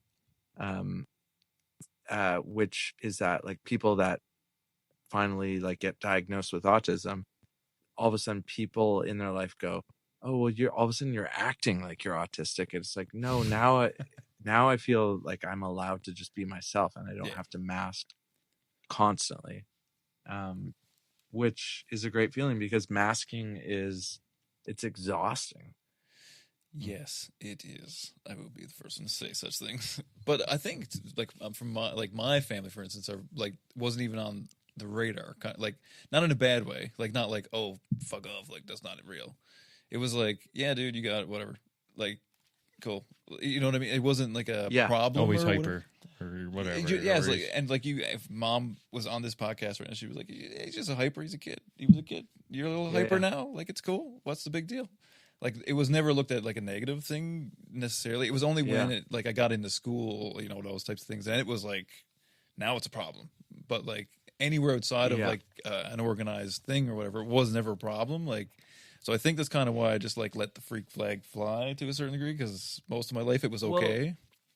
Well, because like most of us have parents where any sort of neurodivergency is a flaw, and having any sort of flaw is a negative. It's a strike against you. So like, if you bring it up with your parents, it's like, well, yeah, no, it's like, yeah, it's just, it is what it is. It's like basically like close the book on it. Like, don't talk about it. And it's like, wait, so the person that you love more than anyone in the world has this thing that makes their life extremely challenging, and is actually like every single drug addict that you see roaming the street, they all have ADHD. Like the ADHD left unaddressed and untreated makes you a billion times more prone to bad decision making, like impulsive decisions, and like there's so many things that can go wrong. And even like a family member of mine, like her son is like potentially has ADHD, and she brought it up with me, and I was like, you need to address it. Like, don't let him go through his whole life thinking there's something weird about him, and then at 40 like realize, oh, it was just this. It's a simple thing. It's like, it's a very common thing. But yeah, like in my parents' generation, it was kind of like anything that makes you different or like warrants like talking to your parents about. It's like, no, not happening. We don't talk about everything's good. Everything's fine, right? Yeah, we don't talk about that here. And if they were open to talking about feelings, they would go, oh, what I'm feeling is actually a very small thing in the grand scheme of things. And in the grand scheme of things, actually like connecting with my child and like comforting them right now and helping them walk through this chapter of, or this like part of their life experience would actually be a very loving thing. And this is an opportunity to connect with them and show them how much I love them even more. But instead they get a feeling, and they're not well versed in thinking about feelings and processing and looking internally about their own feelings. So they make a quick decision to like be like, it's nothing, not worth talking about. And you have a divide between you and your child for the rest of your life and their life. And they feel alone for the rest of their life because you just didn't want to think about your feelings. You know what I mean? Yeah. Like it's so simple, but and it doesn't make them bad people. It's just that's their generation. Yeah. You're making me think a lot about my childhood now and things that the doors got shut on where, you know what I mean? But Yeah, man. yeah, it's crazy. Like that was the generation, and it was like, nope, everything is fine. Shut the door. Everyone's, Yeah. everything's good. Like there's no problems. Like everyone was kind of maybe afraid to admit when there were problems, right? And it maybe saw they didn't feel like they didn't live up to the expectation of everyone else or the standard of a healthy family in whatever case it may have been, right? So it's I think it's good to definitely bring those up and talk, communicate more, right? So Yeah. any Well, if you think of talking and sharing feelings as it's just information. So, like there was a time recently where I was at my parents' house and there was like so much information flying around the kitchen table at dinner. But it wasn't received, like, you know what I mean? None of us were primed to receive each other's information that were in, some of them were like in bold statements where it's like, I feel this way and this is a big part of me, and then the other person was like, and then there was also lots of subtleties, and I just remember like visually sort of seeing like a 3D laser scope going around the room at the dinner table, and there was information flying everywhere, and we were all choosing to not absorb it. And it's like, where else in life is information presented to you that would clearly benefit you to like take advantage of that information? Like if you're investing in real estate or in stocks or something, and someone's like, just so you know, Microsoft is about to have a downturn, and you're like, nope, I'm going all in on Microsoft. You know what I mean? Like everywhere else in life, we like are so grateful for information. So when someone tells us something about their emotional makeup, or who they are as a person, and you're just like, no, like why would you turn down information? Like all information, if you're not afraid to process it, which sometimes is a hard pill to swallow, then you're better off for having that information. But I think the post World War II era was all about like not making your life harder and making it better. You know what I mean? Like yeah, I know. And maybe they just weren't equipped to deal with such a thing, and maybe medicine wasn't where it should have been, and we've come a long way for the better. I feel like so. Oh yeah, I mean a lot of it too is that old, like you had two wars basically right on top of each other. Yeah, these dudes came back. I mean, number one, doing it was nuts to start with. Like I can't even fathom what that looked like. Then we should address like the context makes sense. They're not bad people. No, not a bit. It's just like this is the hand they've been given, and you know what I mean. And like and previous to that, you got the Great Depression, you got a war, you get a little break, you get a war, and everybody's got to go. It's not even like it is now. You know what I mean? You do have the choice to partake or not to a certain degree. Like you didn't have a choice, so you just did what you had to do. You went and did the thing. Then you came back, and nobody talked about it because everybody who was on their side of the coin seemed to have understood what you've done, and they were like, "We don't want anybody to know what you've done." And they just drag that mentality along, like everything's I'm fine, everything's fine, nothing bad happens because I've done these bad things. I'm not a bad person. Like it's the guilt almost got dragged with it too. So I don't know. I think that's a lot of it. Is they felt there was a portion of people that felt so bad about the things that they did, that rather than just talk about it, it was either just shove it aside, and that's how our parents were taught. Like, you know what I mean? That's how I see it.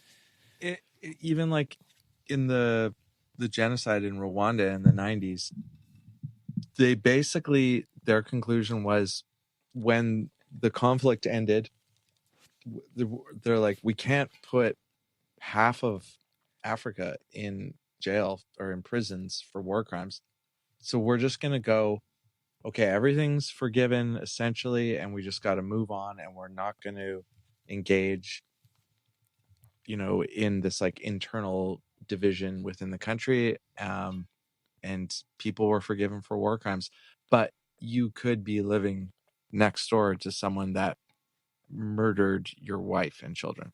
You know what I mean? You didn't know. And it was at a certain point, it was kind of all forgiven because like the people that were committing like these like atrocious war crimes, they were also like victims of brainwashing and like programming by like these outside forces that were trying to create division from within. It's the same with MAGA. It's like, I guarantee like most people that are in the MAGA cult, if you hang out with them one-on-one and you don't talk politics, you're like, oh, this is probably most of them are good people.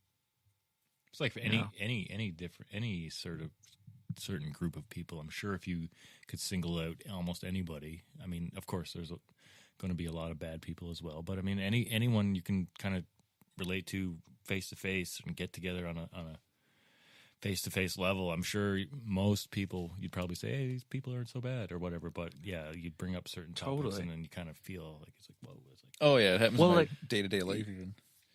What's that? Sorry, Sam? Like even that like kind of happens in your day-to-day life, right? You run into people, conversation's good, starts in a good fashion, and then maybe a topic is brought up and now it's gone sideways. You know what I mean? Like generally speaking, most people are trying to do good and trying to be good. Like that's just generally how it works. Like not everybody's an asshole based on a belief system, but because they're in this tribal thing now everybody plays on the next thing, and that's why I feel like if we were in a society that respected sort of self-reflection and like sort of dissecting emotions and stuff more, we would go, oh, okay, so there's people that are super busy and they're not connected to politics and they're focused on their family and work and like trying to just survive in a crazy time when the middle class has been almost eliminated at this point. And so they're not obsessed with politics, and all the news that they're hearing peripherally is all been bought and paid for by people with these interests. So they vote for Trump, Yeah. But then there's people that are super wealthy and are super privileged, and they have devoted all their time and effort to this like dark pursuit where they advance based on other people, dying from lack of SNAP benefits or dying from lack of healthcare or whatever. And they're actually putting a lot of conscious thought into like essentially evil deeds. And like that's why it's like there is a difference between a Trump voter and Stephen Miller, and so, but yeah, like so we're sort of like the same way. Like the Rwanda genocide happened because another country, in their case I think it was France, that was like really trying to, since the 50s, like divide the country, because divide and conquer is like it's a thing, and they successfully did it. They divided the country so that they could take over. In the States, I think it's Russia. The lines are kind of blurry. Like is Elon Musk? He's South African, but he's American. Peter Thiel, he's like he's gay, but he's like pro homophobia, Christian nationalism. Like it's sort of like they're using categories to segregate people, but they themselves are, from some of them, like, Kash Patel isn't white, but he's like fighting for like white nationalism, and and Peter Thiel is like homophobic, but he's gay, and like Peter Thiel's Elon Musk is South African, and Trump is like married to a woman that was illegally living in, like, I don't think she actually did immigration properly, Melania, and I don't think so. Like like there's so much hypocrisy, but they're using sort of like these cultural tropes to divide people. Anyway, so great chatting. No, I love it. I love it. Yeah, no, I agree. Divide and conquer is how people tend to go and try to get stuff done. Unfortunately, it's just got to recognize what's going on, open your eyes, and kind of Use like your I said, freaking brain. take all the information in and hopefully make the best decision with that. But you never know what information you're getting. So that's the thing. You gotta just be a sweet buddy to everyone you run into, and That's right. And yeah, but that's all there is to it. but also like I'm sure we've probably said before too, like we're not built to have all this information, coming in from every direction. What we should be focusing on is what's in front of us, and that's our own homes and our friends and our colleagues 100. and stuff like that. So, I mean, that would be a good start for sure. I totally agree. Like, I do think there is a silver lining, which is there exists a world that might present itself at a certain point, whether it's out of necessity or out of rebellion to the current state of things, where it becomes a lot more localized. I feel that. I think that's the thing. I think The that's block gonna be you a live thing. on. Mm-hmm. I think that's on the way. I'm a believer in that. I think that it's the same thing. I think we're at the cusp of, like, to a certain degree, like all this overproduced music will kind of flip flop to the other angle. It's like I was watching a podcast. The guy said it perfectly. We're at the cusp of hair metal when Nirvana broke, kind of thing. Like we're close. We're close to that realm. We're getting there. We've been oversaturated by overproduced craziness. Something's going to break out between in there. I think. I think we're on this. We're climbing. We're almost at the top of the mountain, kind of thing. Like we're about to fall off the cliff and go backwards a little bit. I think we're close. Yes, I 100% agree, and I analyze everything in terms of the transitional stage, not just in my own life, but in culturally and in music and in film and in everything. Like, at all points in your life, you're at a certain stage in an arc, where you're on the challenging part of a transition to a new chapter, or you're kind of on like the easy slide where it's like, I put in all this work and now I'm kind of coasting for a bit and it's glorious. And I do feel like, this shit is about to hit the fan, and I feel like everybody knows it. But we're so entrenched in it, and I think the AI thing, why it's so worrying, is because you can't connect all the plot points. Like even AI developers, they don't understand why AI is the way it is and why it thinks the way it thinks. Like they've lost touch. They're just like, it's on its own tip now, dude. Like we're actually, and that's why like the people that know the most about it are the most freaked out. You know? And I think as a society, we're kind of the same way. We're like, okay, we know that Donald Trump got elected because of this and like Russia, and this person was like gamifying social media, and like Joe Rogan, and like there's so many like things to process to make sense of why arguably like the devil is the most powerful person in the world. But it's so fucking confusing, and we're not capable. I think of myself as someone that's very curious about American politics and the state of the world and the state of technology and the arc of humanity, and I'm fucking confused.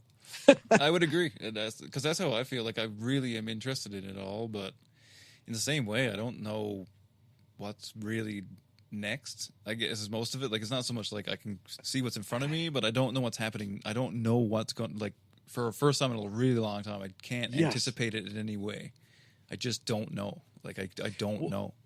Well, and that's why I've kind of taken, to go back to your comment of like, I don't even know if I trust anything kind of thing. The side of that I do relate to is anytime I see clickbait that is speculative at all, like the reason why this may be the end of Trump, I'm like, okay, nope, not. I don't want to hear it. It's like nuclear fusion. It's like why nuclear fusion is right around the corner. It's like, okay, you've been saying that for like 100 years. Yeah. Tell me when it's here, dude. Yeah. Like, Yeah. like Show me it. Just show me it. I'm tired of speculation because like so many people are ignorant at the end of the day, and as am I, and I don't want to give up my valuable time to someone else who's just as ignorant, but they stand to benefit from views. You know, I think that could be the tipping point, unless like everyone kind of collectively and consciously make that decision that this is garbage and this is fake clickbaity stuff, and if we can all kind of come together, you know, somebody's falling for that stuff, somebody's watching it, somebody's believing that and sharing it to their friend as if it's absolute truth. And I think until everyone kind of comes together and sees the bullshit and doesn't buy into it anymore, like it's gonna get worse until it gets better, because AI is just at the beginning, and it's gonna blur the line so far that people won't want to believe anything they see. But it's a slippery slope, and it's weird. But I think everyone's got to come together and realize, like, hey, I feel like there's signs that that's happening, like the proliferation of like Channel 5 News on YouTube, and like and certain things, like even like how there's just certain signs that even like the New York mayoral race, like, and all like the Democrat victories and stuff was so like bizarrely disproportionate to what people expected. I do feel like people are kind of waking up to the difference between bullshit and reality more and more, because it's actually affecting enough people now. You know, enough people like are going broke, and necessity is the mother of invention, and I think like we need to reinvent how information is distributed, because the evil powers have seen the benefits. It's like Steve Bannon, like he said I think it was like in 2016 or like years ago, he said, like, we're not worried about the Democrats, we're worried about like the enemy is the media. Like, that if we can conquer the media, and they have been successfully conquering the media and are just dominating it. You know what I mean? Even my Facebook and YouTube algorithm, I've noticed, like, I've been getting a lot of stuff where I'll click on it, and I'm like, I'll be reading like an article, and it's like, well, that seems weird. Oh, that seems weird. And then I realized, oh fuck, this is like Republican like freaking bullshit. Like, and I'm more and more, it's being like shuffled into my algorithm. And although I applaud like diversifying and, not always living in your own algorithmic bubble, like Republicans own the internet right now. That is true. I gotta take a quick pee break. I'll be right back. I don't know. Award shows are overrated. I'm just saying.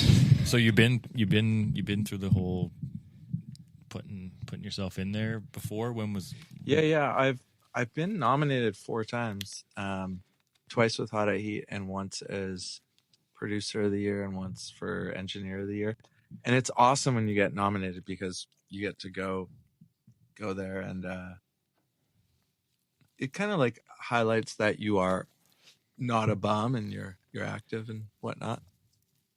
And it makes like your parents think you're not a loser. So what? For a split second. What was it that you produced that got nominated?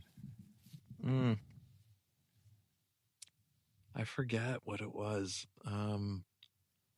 Maybe like Said the Whale, or I forget because you have to submit kind of a couple songs or a few songs that you did that year. But yeah, either way, it was cool, and it was the part that I was stoked about was doing the like Q&A panel, with like other people that were like geeked about audio and stuff like that, and they were asking about like, oh, like, you know, I'm a student for life. Like I look at everyone, I just assume everyone knows more than me. So a lot of my days are filled with YouTube tutorials, and I'm a sponge for trying to figure out every life hack and audio hack there is. And so to be on like a Junos panel where there's a Q&A and like people are asking me like my opinion of a plugin or something, and I'm like, okay, all right, okay, I could get used to this. So, but yeah, I'm too ADHD, I think, to apply, and yeah. So what was that experience, and how'd you get into collaborating and working with like Steve Aoki and Diplo? Like, how did that come about? That one was weird. Steve Aoki, I knew through the punk scene because before he was a DJ, he was, the way you would book a tour back in the day before the internet was, there was this magazine called Heart Attack, and all like the coolest hardcore bands and stuff would send their demos or their albums or whatever, usually by cassette, to Heart Attack, and they would Heart Attack would review it, and the bands that wanted to go on tour would look in Heart Attack, and people that were doing punk shows, even if it was like in the basement of their house, would post in Heart Attack, and it was 25 cents to get the magazine. And it's like every time you went to a punk show, like you would be like, oh, the new Heart Attack is out, and it would just be like reviews of like these obscure esoteric bands, and like we were obsessed with a lot of the punk bands from San Diego at the time. Anyway, at some point I had like an overlap with Steve Aoki through the punk scene in like the 2000s. I don't even remember it all. And then at one point I moved to LA for a bit because I was asked to do A&R for Warner, which I was considering, but I never did. And then because I was like, A&R seems like bullshit. And then, but they asked me to do some production stuff. So I was living there and doing production, and ended up hanging out with Steve Aoki because he ran this label, Dim Mak. And I just remember like cruising around like LA with him in his Prius. And at the time it was like crazy that he had a Prius. Like, whoa, like a Prius was a big deal for a minute, which is so crazy. And he's like, I just got new Dim Mak merch printed. Like, can you like wear it and like model it for like the website? It's like, okay, sure. And like we would just like trip around town and do random shit together. And then he was like DJing in Vancouver, and he would be playing like these small like clubs in Vancouver and stuff, and I would go hang out with him, and he'd come back to my apartment, and we would just bring a bunch of people and just like party at my apartment. And then one day along that timeline, he just became this massive DJ. And I'd given him like vocal stuff in the past. Like I remember I was like in a hotel once, and I downloaded, the first time I got a copy of Logic, which I still use to this day, I downloaded a pirated version of it because I was in this hotel, and he was like, can you record a top line over this record I'm putting out? And I was just like, didn't think anything of it. So got a crack of Logic, and I was producing this band for Warner, and then after the band left, I just asked the engineer, who was this guy Rob Brill, who did the Third Strokes record, at which I loved the sound of that record. So I was working with him, co-writing with this band called J Davy that never came to be because she got pregnant, and then the label dropped her and stuff, blah blah blah. But I assembled Snoop Dogg's bass player, the Strokes engineer, and the drummer of this band from called the Willows, and I was obsessed with him on drums. And then I was like co-writing it all and stuff with him. And then everyone left, and I was like, really quick, can I just record this vocal? And then went back to my hotel, chopped it up in like a cracked version of Logic. I had no idea what I was doing. And he put that song out.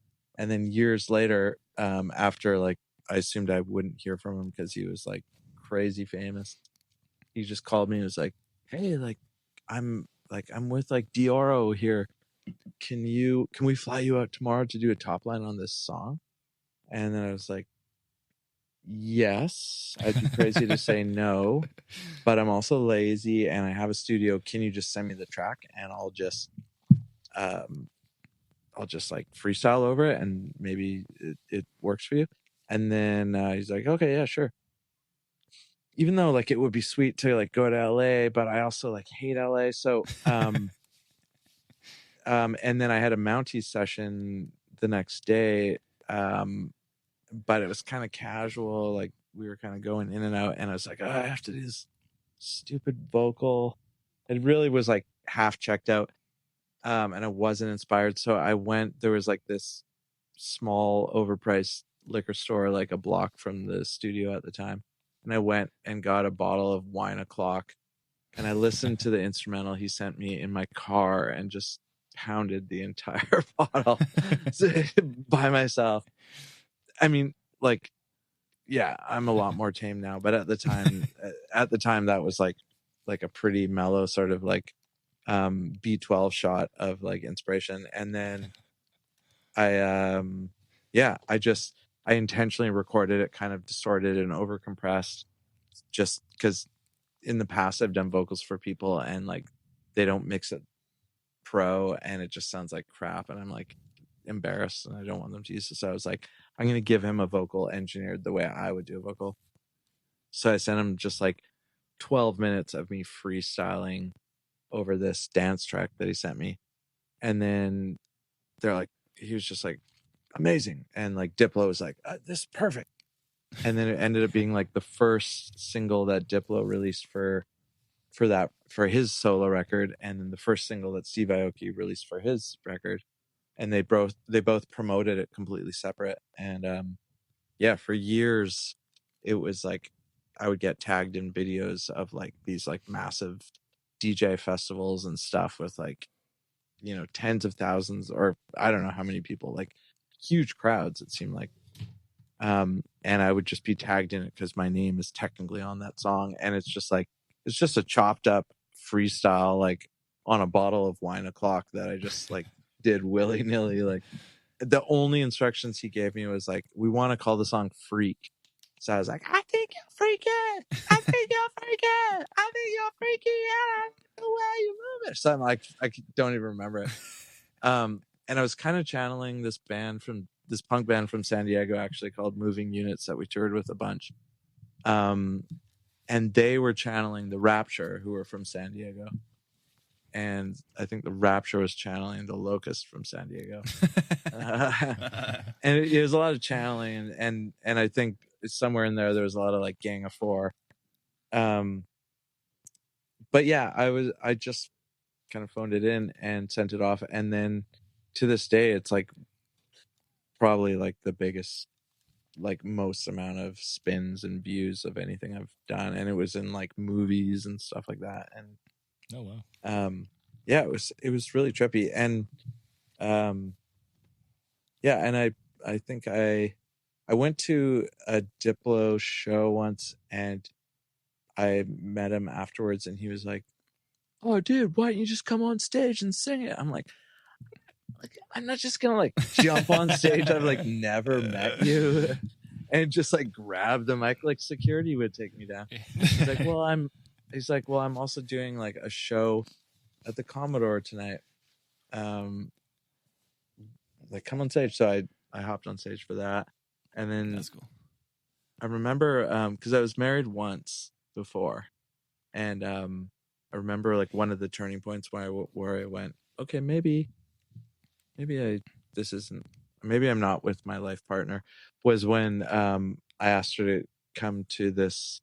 It was like an arena show Steve Aoki was doing, and it was like thousands of people. It was on New Year's Eve, and he wanted me to get on stage and like and sing with them, and then which ended up turning into like me singing a bunch of other stuff after the song too. And I was just freestyling, like I don't know, like in the only person other than him behind decks, like just I showed up early to do sound check and stuff, and he was just like, yeah, just do whatever. And I was like, okay, I guess this is how DJs roll. Like in the music world, we rehearse, but we do sound check. Anyway, so I asked my wife at the time, like, do you want to come? And she's like, nah. And I was like, okay, that's weird. So it's like New Year's Eve, and I'm like the only singer on stage for like multiple songs for thousands of people at this random arena. And she's like, nah, I'm just gonna go party with pals. And I was like, that was one of like a billion signs that maybe things were winding down. But anyway, that's a big sign. I've said too much. That's great. I love the story about that. Yeah, it's a good story. I like it. What movies was that song in? Do you remember, or what was that? There like was hearing that, like, well, in 22 Jump Street. Oh wow! There's like a scene where I love that. There's like this girl is in a college dorm and she's like beating up another girl with like a huge dildo. And like that's the moment when the dildo is like smacking on this girl's face. Yeah, that's freaky, right? That's when you can like hear me like singing like, I think you're freaky. Yeah. That's definitely suits that scene for sure. No, it's cool. Like when you do something like that, because I take so much pride in everything I work on, and so everything seems the same level of importance, or like I figure out how to like hack my brain so that everything feels equally important in the moment. And then years later, when I think about it, it's like, oh, that was kind of like dipping my toes into like a little Hollywood moment, you know, and it's cool in the context like this podcast to be like, oh, that's pretty cool. Yeah, that's I would think cool. So. Yeah, that's pretty cool. Freaking awesome. I'm sure the residuals are probably pretty decent about the Hollywood style. Or they were cool. They were like, even though I didn't contribute musically, I was like cut in as like an equal partner, which is rad because they don't. Sick. A lot of people are like shady, like if they're kind of the draw, you know what I mean? Like I'm sure Diplo could have justified being like, hey man, I'll pay you an exposure, you know, but yeah, no, they cut me in as an equal partner, and I was like, sweet. And it's like Huxley calls the music business a pennies game because it's like you get pennies if you actually like get your shit together enough to, you know, fill out the paperwork, you get pennies like over the years and years and years. And like my problem is I'm bad with the paperwork. Like I co-wrote with Charlie this Hotel Mira song that's like their biggest song, Dancing with the Moonlight it's called, and I wanted to call it Ted Dancing with the Moonlight. Yeah. And perfect. But they didn't just call it Dance with Moonlight. But yeah. And it's done really well. And I know there's emails in my inbox that are saying like, oh, you got to fill this paperwork out to like get your royalties. And like every day there's a second in the day where I'm like, oh yeah, I got to fill that out. Yeah. So I think I got to get my shit together with a manager or something at some point. Cause I used to have a manager and then I went DIY, and then now I'm realizing like, I'm maybe not a candidate to be fully DIY. I don't know. Somebody to do your paperwork is always handy, man. I'm not going to lie. So if you had just a person to do that much, just make sure your emails are good and paperwork signed. That's the guy. Yeah, that's the guy. Emails and paperwork are my two worst things. I tried to let my accountant go recently, and she was just like, let's be honest. Like, cause I do like in most areas of my life, I love to be DIY, you know, and I'm like motivated by like saving a few bucks, but also like, I feel like there isn't anything that I can't do better than someone else because I'm doing it for myself, you know? And so I was like, I'm going to let my like longtime sort of business manager accountant go. She was like, I got to be honest with you, like you're not going to get your shit together enough to do your accounting.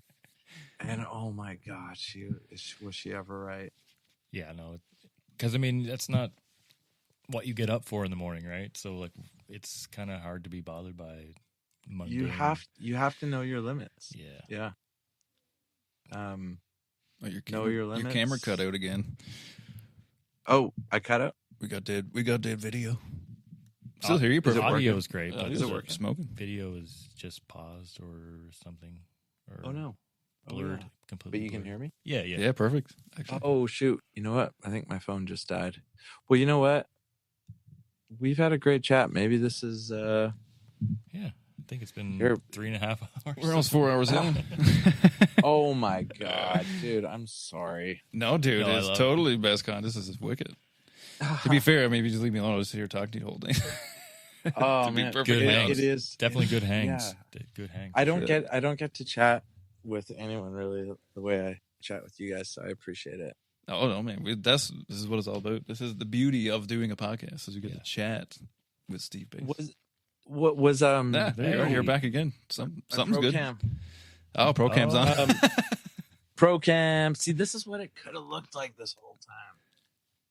Frig, that Yeah. does look slick. really good. Yeah. Yeah. The aperture setting. Well, I gotta figure this out. This is further than I've gotten with any setup. I've never used the Pro mic and I've never used the Pro Cam, so I just gotta figure out the battery power issue. What was one of your guys' episodes recently that I should check out? Well, we took a huge break over the summer, so you're fourth episode in so far. Last week's was really good. Avalon Stone, like a new artist, not new artist, Okay, but nice. like just got signed, that kind of thing or whatever. Yeah. That was a good pod actually. Okay, sweet. And then we did Alan Like- Cross. Alan Cross was before that, so I mean Alan Cross is Alan Cross. Oh man, I'm obsessed with Alan yeah, Cross. that was always good, have been. definitely a good one. To That was check a gooder, out, yeah. for sure. That's crazy. How did that come to be? Because he's kind of behind a walled garden, I would assume. Not really though. Like, How long did it? so I emailed him. take? I don't know when last year, sometime last year, and at the time he was doing that. It wasn't like a book tour, but it was like that speaking tour thing he was Yeah. doing. It was it was based on his not his podcast, but his show, like the history of new music. But it was Yeah. almost like a Q&A thing too. It was pretty cool actually. Like it was like the big one he did in Toronto looked really cool. Like that seemed like that would have been really fun. But when we messaged him, he was like, "Oh, I'm busy doing this. I don't really have time." Blah, blah, blah, blah, blah. So I was like, "Cool, man. No worries. We'll hit you up later." And then I did, and he was like, "Hell yeah, okay, yeah, no problem. We'll arrange it. What days do you have?" And we set it up, and he was like, "Yeah, no problem. Be there." And he was like very professional. Like it was very professional. It's interesting because I feel like people that are kind of in like punk rock mentality, DIY world, casual vibes, like I feel like I'm in that world, you're in that world, like a lot of the people that you podcast with are probably in that world. And then there's people that like present as fully professional, and like shirts tucked in energy, and like guys like us, gals like us, we also love that energy. You know Yeah. what I mean? It was very And- Yeah. counter to us in a way. I feel like David Bottrell was very, very professional, and then like yes, like, like as yes much and as no. as much as like say a George Strombolopoulos is professional, he's very DIY as well. So like Yeah. that was a good dynamic too. I don't know. We've had a lot of great people to talk to and stuff like that. But then there's also just the pods of us too. So I mean, Yeah, it's feel free interesting. to throw those on in the background. The ones with us are a little unhinged most of the time, but it's kind of the fun No, of it. but Like that's the fun of it. I do like those. I feel like the podcast that I've listened to the most in my podcast listening years was Stop Podcasting Yourself, Graham Clark and Dave Shumka from Vancouver. And I soaked up every single one of their podcasts for years. And then as you become a fan of podcasters, you actually end up craving just the two of them, like almost more than their guests, you know? Yeah. Yeah. It's definitely a different dynamic for sure. And, Oh, yeah. and some Yeah. people do like those, but people love, I guess, all aspects of it. I guess if you get too one-dimensional, I guess it's kind of a bad thing. So Yeah. I don't know. Well, what I like, and also as a fan of, when am a fan of a podcast, I like when the guests clearly respect the podcast that they're on. You know what I mean? Like you can tell when a guest is like, oh, this is like a lower tier of my podcast circuit. It's like, well, then get the fuck out of here. Like, Yeah. like I only want you that's in what I my appreciate ears about if you respect these dudes, you know what I feel mean? like Or gals or whatever. I feel like whatever you the definitely podcast show is. us that respect, and we do appreciate that for sure. Well, I mean, it's a huge undertaking to be consistent at anything, you know. Like even with my gal Drew, like she's talked about doing vlogging because she's just so funny behind the scenes, but it's very dry and like nobody realizes it except for the people that spend time with her. And then she's like almost done a vlog for years and years, and then finally she did a couple.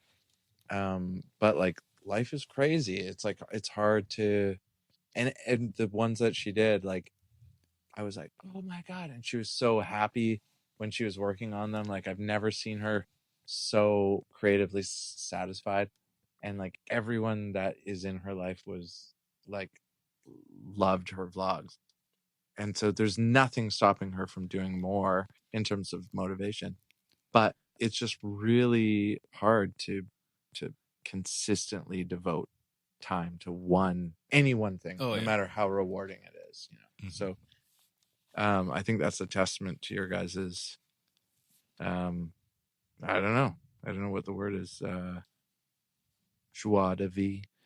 I like that. I'll take that one. Joie de vie. I like it. Very sophisticated. But it does take some freaking serious gumption to do it every week, because there's times I don't want to be at it. I'll be the first one to say. There's time, even when I'm looking, like we booked a cool guest and whatever. Like I'm just like, dude, this was a shit day. I don't want to do this. But when I don't know, there's something about sitting in the room. Yeah, I felt that too. Yeah, like until when you get here, until you get here and sit behind a microphone, then it's like something that just sparks again, right? It's like when you're home and you're busy, or if you're at work and you had a shit day at work, it's like, oh, the last thing I want to do is have to go do this. But then once you're in the environment, it kind of just sparks that creativity and sparks that kind of eagerness to do it again, all over again. It's like a remotivation every week. Now, okay, so like as I applaud like you guys getting together, like, and like Ryan, you're driving and like you guys have to tee up and then you have to like confirm, like you confirmed with me multiple times, which I really applaud, because I'm so bad with like calendars and scheduling and timing. And it's like, now picture if there was also two other guys, and a sound guy, maybe a merch guy, and you were doing it on the road. And you had musicians' personalities. Yes. Like the odds are stacked against being you. in, like, getting your act together enough to be in a touring band is like, in 2025, it's almost becoming like bizarrely ridiculous to tour, like just with the costs of life. Like to like think about how much out of pocket cash you guys have spent in terms of like lost wages and like, you know, like to do this podcast, like it's probably cost you guys like thousands and thousands. Now picture like a couple bucks, but yeah. Now picture like doing it on the road with two other people. Probably one or two of them have like some sort of substance abuse issue.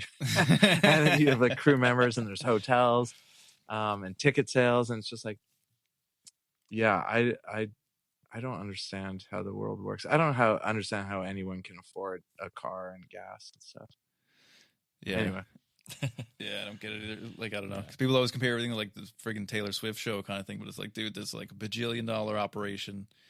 Yeah, it's like, oh, she's grossed however many billions of dollars. But it's like, dude, you understand the cost of what that looks like? Like, do you even, like, just the movement? You haven't done anything but move the stuff around. Yeah. And just picture that cost. Now you got to put it all up and take it back down. You got to feed people. Like, this is nuts. It's crazy. Like, there's nobody making $1 billion from this. Like, it looks like that, but there's nobody making $1 billion. No way. Yeah, there's talent, and then there's organization, and having organization skills on a touring band's level, let alone a world class operation like that. It's like the talent part. Like, people want to like debate her talent or songs or whatever. It's like, you don't understand. Talent is 0.1% of it. It is somehow this organization has assembled and pieced together all these components in a timely manner. That's what you're paying for. That's what you're applauding for. Like, anyone could be the Taylor Swift songwriter or singer, performer. Like, maybe not anyone, but there's like a lot of people that could fill that slot. But she somehow coerced all these people to be organized and consistent, and for it to be rewarding for them, so touring and stuff is a whole thing. Like, I did a couple of small tours early 2000s. It was super fun, but it's a bunch of stinky dudes in a van and everybody wants to argue about everything, and it turns into a shit show generally most of the time. Like, you're only getting along for the length of time you're on stage for certain points of this whole excursion. I don't know. It's super fun. It is super fun. But you really hope that your bandmates are respectful. Yeah, 100%. It's all about, it's like everything. It's all about the hang kind of thing. Like, oh god, yeah, it's a thing, and I can't imagine how it's stacked more against you, even still, with the cost and the like. Can't even fathom it. I can't even fathom it. Yeah, like, especially starting up now, I can't even imagine doing that. The whole thing was like when streaming really took off, and it was like, oh, okay, so bands don't make money from record sales, and everyone was saying, yeah, but they make their money on the road. Everyone I knew, and now it's like a common fact, is like, you like going on the road like costs you money. Like, that's how you would justify the insane loss of money from being on the road, because you were promoting your album. And then it's like, oh, but the album is free as well. And it's like, so, and then it became like about selling merch, and that is a thing. That's for sure a thing. I think if you buy merch from anything that you like, that's like actual profit to the artist most of the time, which is nice. But I also, like, again, to go back to like my point about like organization being like the predominant great trait to have if you're going to be an artist. I hate sorting out merch. I hate counting it. I hate making sure I have it. Like, I did a couple shows this year, and I got like, I'd made so many t-shirt designs because that was the creative part. But then in the end, like, organizationally and financially, it only made sense to do one. So I did one, and then it was like the last second I had to pay to have it like rushed because I couldn't like sort it out in time. And then, and yeah, long story short, I'm sitting on a stack of Steve Baez shirts. I think we need a couple of those, Sam. Yeah, hell yeah. They're cool shirts. Yeah, I made them myself. Design wise. Nice. We'll take Anyway, take a couple larges. It is friggin' $12.20 for me, $1.20 for you. Uh-huh. It is. See? Pay attention. Yeah, exactly. Well, my friend, thank you so much. Thank you, man. It's been an absolute pleasure. Pleasure. Got them pressures. No, you guys are damn. awesome, and thanks for giving me an excuse to blab, and you know what? Thank you to anyone that's watching the podcast and supporting And the Year Was. I think you guys deserve massive gratitude for being podcast supporters. We appreciate it. Awesome. We thank you. What a good note to leave on there. I know. We'll stop it right there. Stop it right there. Right. Okay, now right. let's talk about how All right. Epstein. All right, it's off. Epstein Now was let's go. still- Epstein Island. Eagle has landed.